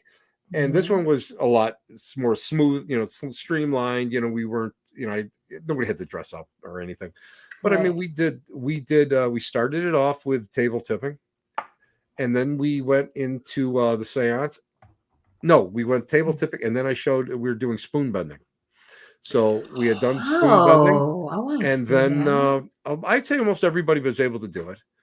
And mine kept snapping. They just kept snapping on me, but other people, they were actually able to bend them to get at least that initial bend in. And then we went into the seance. So, I mean, it's fun to do, but it's labor intensive because you have to make sure you get everything packed, and then you get it home and unpack it. And I have extra tables with me at all times, for these things, and all my, and the seance gear. I mean, trumpets and I did something that I love. I did the chalk, the at the slates, the old slates that they used to have. Yeah. They used to put two slates together, put the chalk in there, and then. But I modernized it. I used. Wait a minute, no, explain that. I'm not familiar with that. Oh, precipitated like writing and painting and all that. What you would do is you would take two slates, and put either chalk dust or chalk in there, and then put them together. Either tie them or you use a rubber band. Put them in a little black sack, and you leave them on the table. A lot of times they put them underneath the medium's chair, but I don't like that because it's out of sight. Put them on the table, and then what happens is usually if it's strong enough, there will be like a word or something in there, and when you open it up. But there's the modern way that Steve Grenier showed me. He uses an Etch-a-Sketch. So what I do is I took the Etch-a-Sketch and I put a little blanket on there, and I put the Etch-a-Sketch on there to see if we could at least get a line or something. So those are fun things that you can do, And I gotta see this Etch-a-Sketch thing. Oh, it's hysterical. Where'd I get it? $7 on eBay. I bought a used one, and I'll be honest with you, sometimes it works. I've cow tipped. Cow tipping is more fun. Table tip tequila was involved. Yeah, I agree there. Gotta let my Bigfoot guys get out of there. In my younger days, let me tell you. But yeah, I mean, so I mean, what I try to do every year is I try to develop 2 new talks or classes. And my 2 that I worked on was Victorian morning rituals, which the reason I did that is because I have an intensive interest in it, but a lot of places won't book you if it's just psychic or like Haunted Buffalo or whatever. They won't book you because they don't want that type of entertainment in their organization. They won't. I've had that happen. I've had people say to me, "We'd love to have you come in, but your subject matter isn't what we need. Doesn't meet our criteria, or we don't want to take the chance of alienating our members or whatever, And I understand that. So I developed that, and I do have a pretty good collection. You guys see a lot of it on Facebook when I get it. And so I pack that up and I bring that out there, and I have a PowerPoint with it, and we talk about different things. And I did about cleansing because I had this was something that happened, and some negative stuff happened, and not to me, but these some people went out and did some things that I'd wake up on a Sunday morning and get a book in my messenger, my Facebook messenger, about all the stuff that, they would go out and they would amp up. Stuff would amp up. And you guys know that, cleanse. And when you do a cleansing, 3 things can happen. It can stay the same, it can lessen, or it can amp up. It's one of those 3 things. And both of them amped up. So I decided that I would go and kind of put out a general cleansing class that went a little bit more in depth, where, because I use, because all the modalities I've studied, I use everything from spraying ammonia in the rooms, which is a Santeria thing, because it's all part of the washing the floors, washing the walls. You can use ammonia because ammonia dissipates whatever's negative in there. And then then of course you go and you either smudge it, or you spray it down with holy water, or you spray it with Florida water, whatever. It's a little bit different. And I work with graveyard dirt, of course. That's something that I'm known for. I work with holy. Well, wait, explain that. So what's the significance in that? Graveyard dirt? Mm-hmm. Because what you want to do is you want to be able to have spirits on the other side awaken to go and clear what's going on. And what you do with it is you take, and of course you can do the opposite too. And they always say you should get a Sicilian mother or a Yenta, a Jewish mother, because they like to fight, and they'll fight for you. And that's what they say. That's the type. Or else, if you go with the New Orleans voodoo style, you take dirt from 7 graves. And Don't worry, Patrick, we'll protect you. you take the dirt from 7 graves and you mix it up. You can do that. And then what you do is you just take a little bit and you sprinkle it in the 4 corners of every room. And that works as a protector. And you can do the same thing with salt. You can do the same thing. Like I use black salt or whatever. But I mean, this is all stuff that I wanted to go and show people. And then I wanted to show them that, listen, you got to watch sage, because sage, if you get the wrong audience, can be accused of being culturally appropriated. You know what I mean? Oh my goodness, yes. You have to watch that. So I wanted to show them that there are other things, and it didn't make it. Listen, if I have somebody that's a Roman Catholic or a Christian, I use frankincense. I use other different things. I make my own up. They're like bug. I call them like exactly. Yeah. I use bug bombs. That's what I call them, bug bombs. I make my own out of these. Out of some different herbs from some of the voodoo family sources. Okay. But I mean, people don't realize that, and I wanted to show them. And also, people don't want smoke in their house. So how to make like I'll use like black obsidian or whatever, and put it in just holy water, and I will use that and spray every room with it. And I wanted to show people that. And the best one was sound. Because I have a singing bowl, but I went on again, wish.com. I bought this little tiny, I don't even know what they call them. It's like you hit these little tubes and they make like the really nice sound. Like a little xylophone? Yeah, that's what, like a little xylophone, but a little mini one about that big. It's real small. It's like, again, $5-6. I bought it on, it took like 8 months to get, but the idea is that because you wish for it.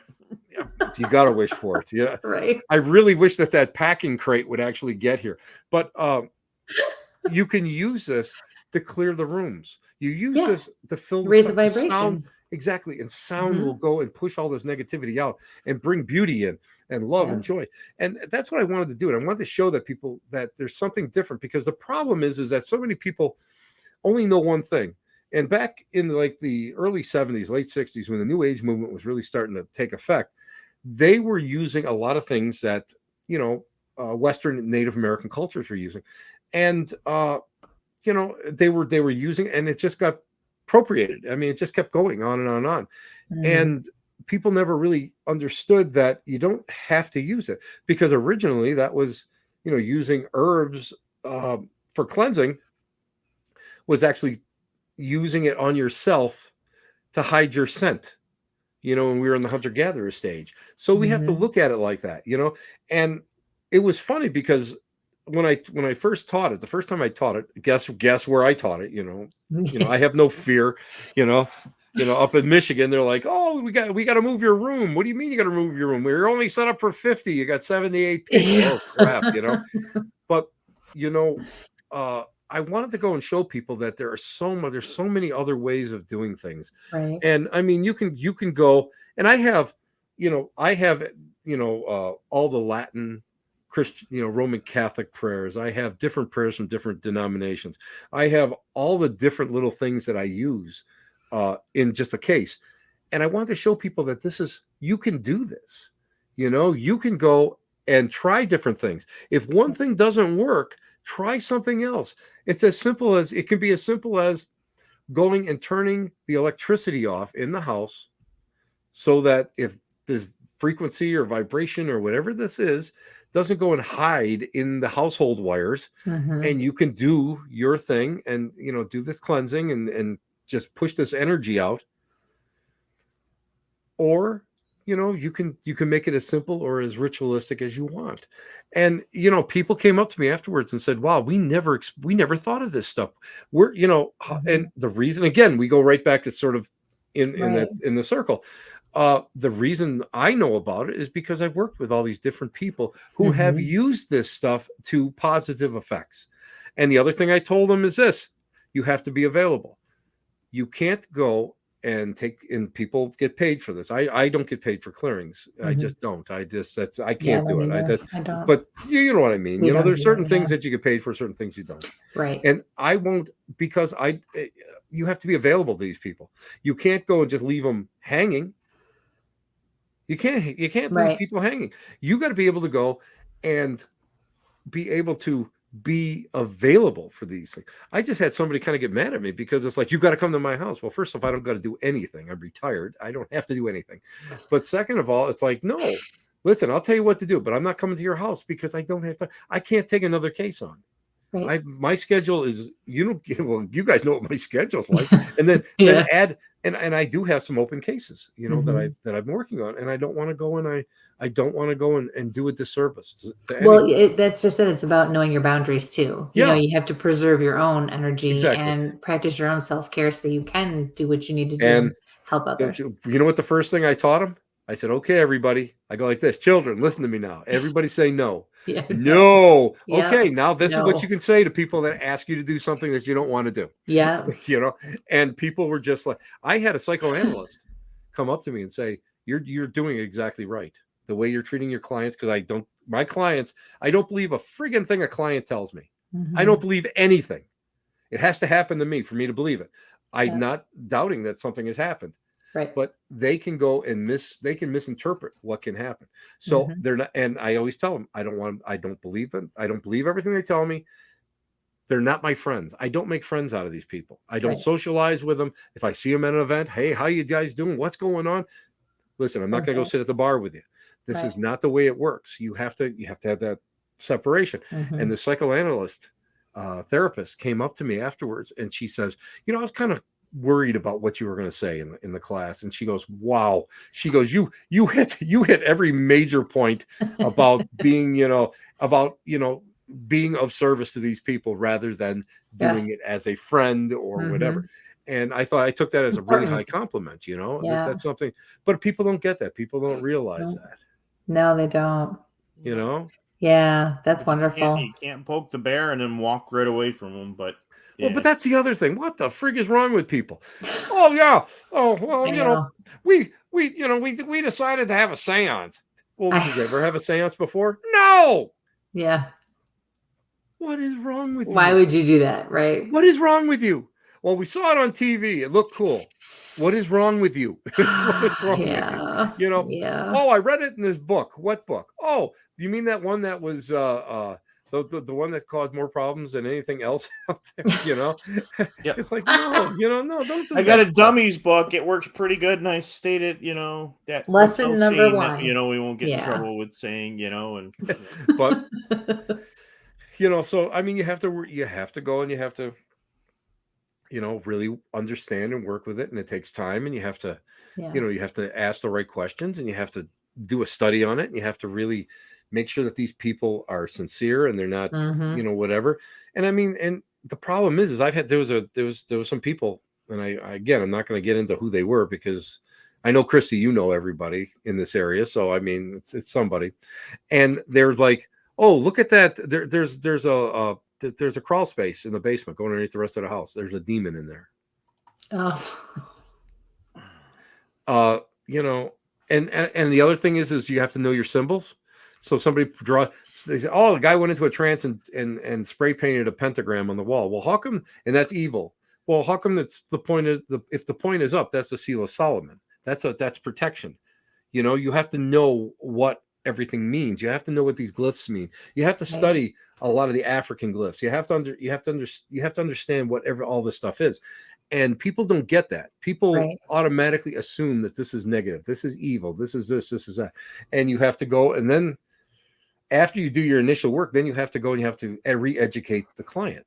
So that they're not crazy, you know, crazy insane that something's going to happen to them and the retribution, and if something does happen, you know, the cat knocks something off a shelf, and they don't see the cat doing it. All of a sudden, now they're going to assume. Yeah. So now you have to re-educate them into become calmer people, and explain to them that the calmer they are, the less this happens. And, you know, and I mean, it all goes into, is it a poltergeist case? Is it a human targeted poltergeist case?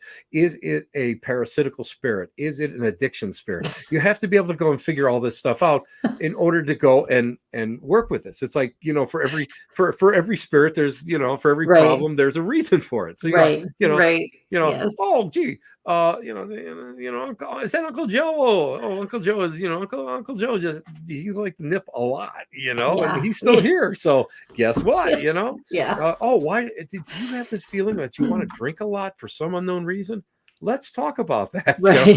And I mean, and again, this is all stuff that we have to, you know, and then you have to, you know, figure out, of course, you know, if there's addiction in the family or whatever, you know, biological predisposition, and that people don't like it when you have to talk, and they're like, you know, we've been on the phone for over an hour, or we've been on this meeting for over an hour, and it's like, yeah, we have more questions, and you know, we have to do it the way we have to do it, and if you don't like it, and again, you don't want to, and you don't want to walk into a situation where all of a sudden the person will turn around.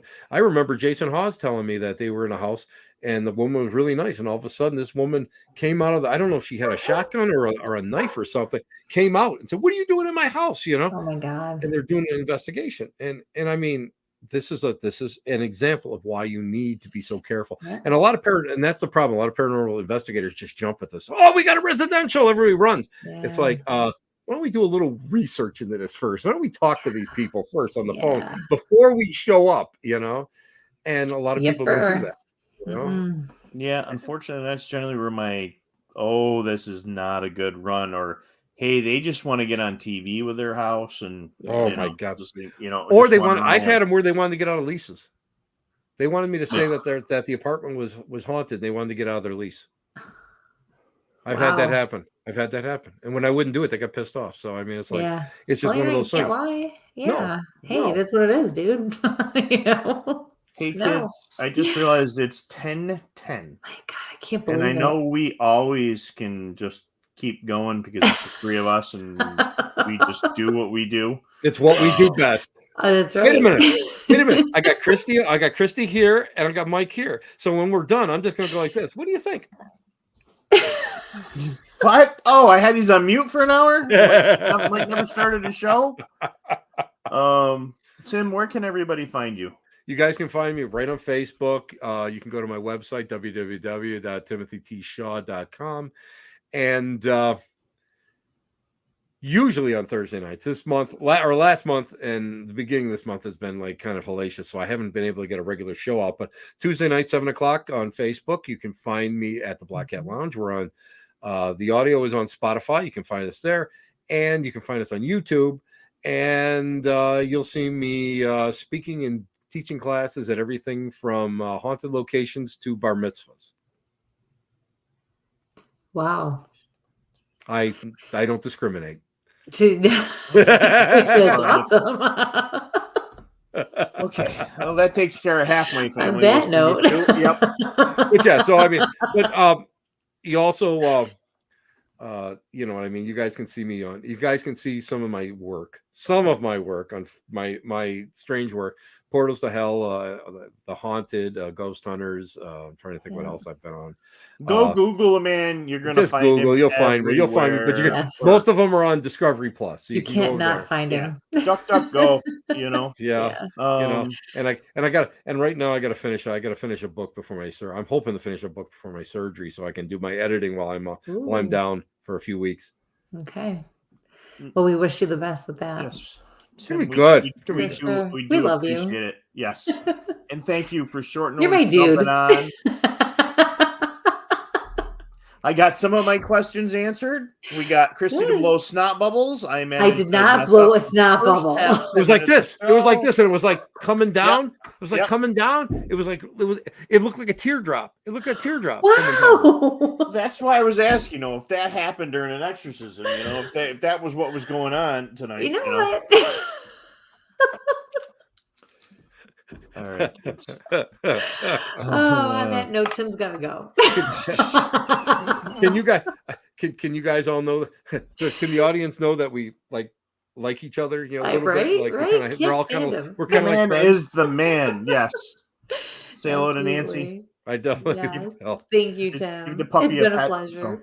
Thanks, good, guys. Love you, big guy. Love you guys. Say hi to Nancy. Good night. Yes, we could have gone all night long. Oh my god! But unfortunately, I just realized what time it was, and I gotta be up. Oh yeah, wow. So time flies when we're having fun with Tim. I lost him there.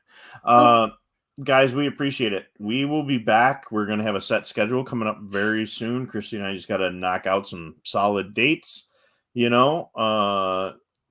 And love you, Matt. We appreciate all you guys. Yes, thanks everybody for watching tonight and always supporting us. Yeah. And eventually I'll get the banner spun around right tonight. I don't know what happened there, but again, please like, share, subscribe. Really, if you guys can share the word for our YouTube channel, that would be awesome. The Where's My Sage YouTube channel. I know a lot of you guys, the Bigfoot community, come over for Tactical Bigfoot. But if I can get everybody moved over and migrated over, it's going to be a lot easier to run channel. We went from 8, we're down to 3 now. We will have one other outlet coming out soon. We got to get with our other guy on that. But and tell your friends and family, please spread the word. Get us out there. So, you good?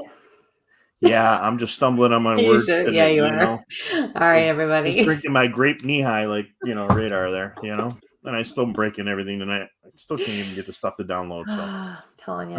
All right. Well, everybody have a wonderful week and keep your eyes open for the next show in a couple of weeks. So until then, stay safe. And sample on. Where's my button? There it is.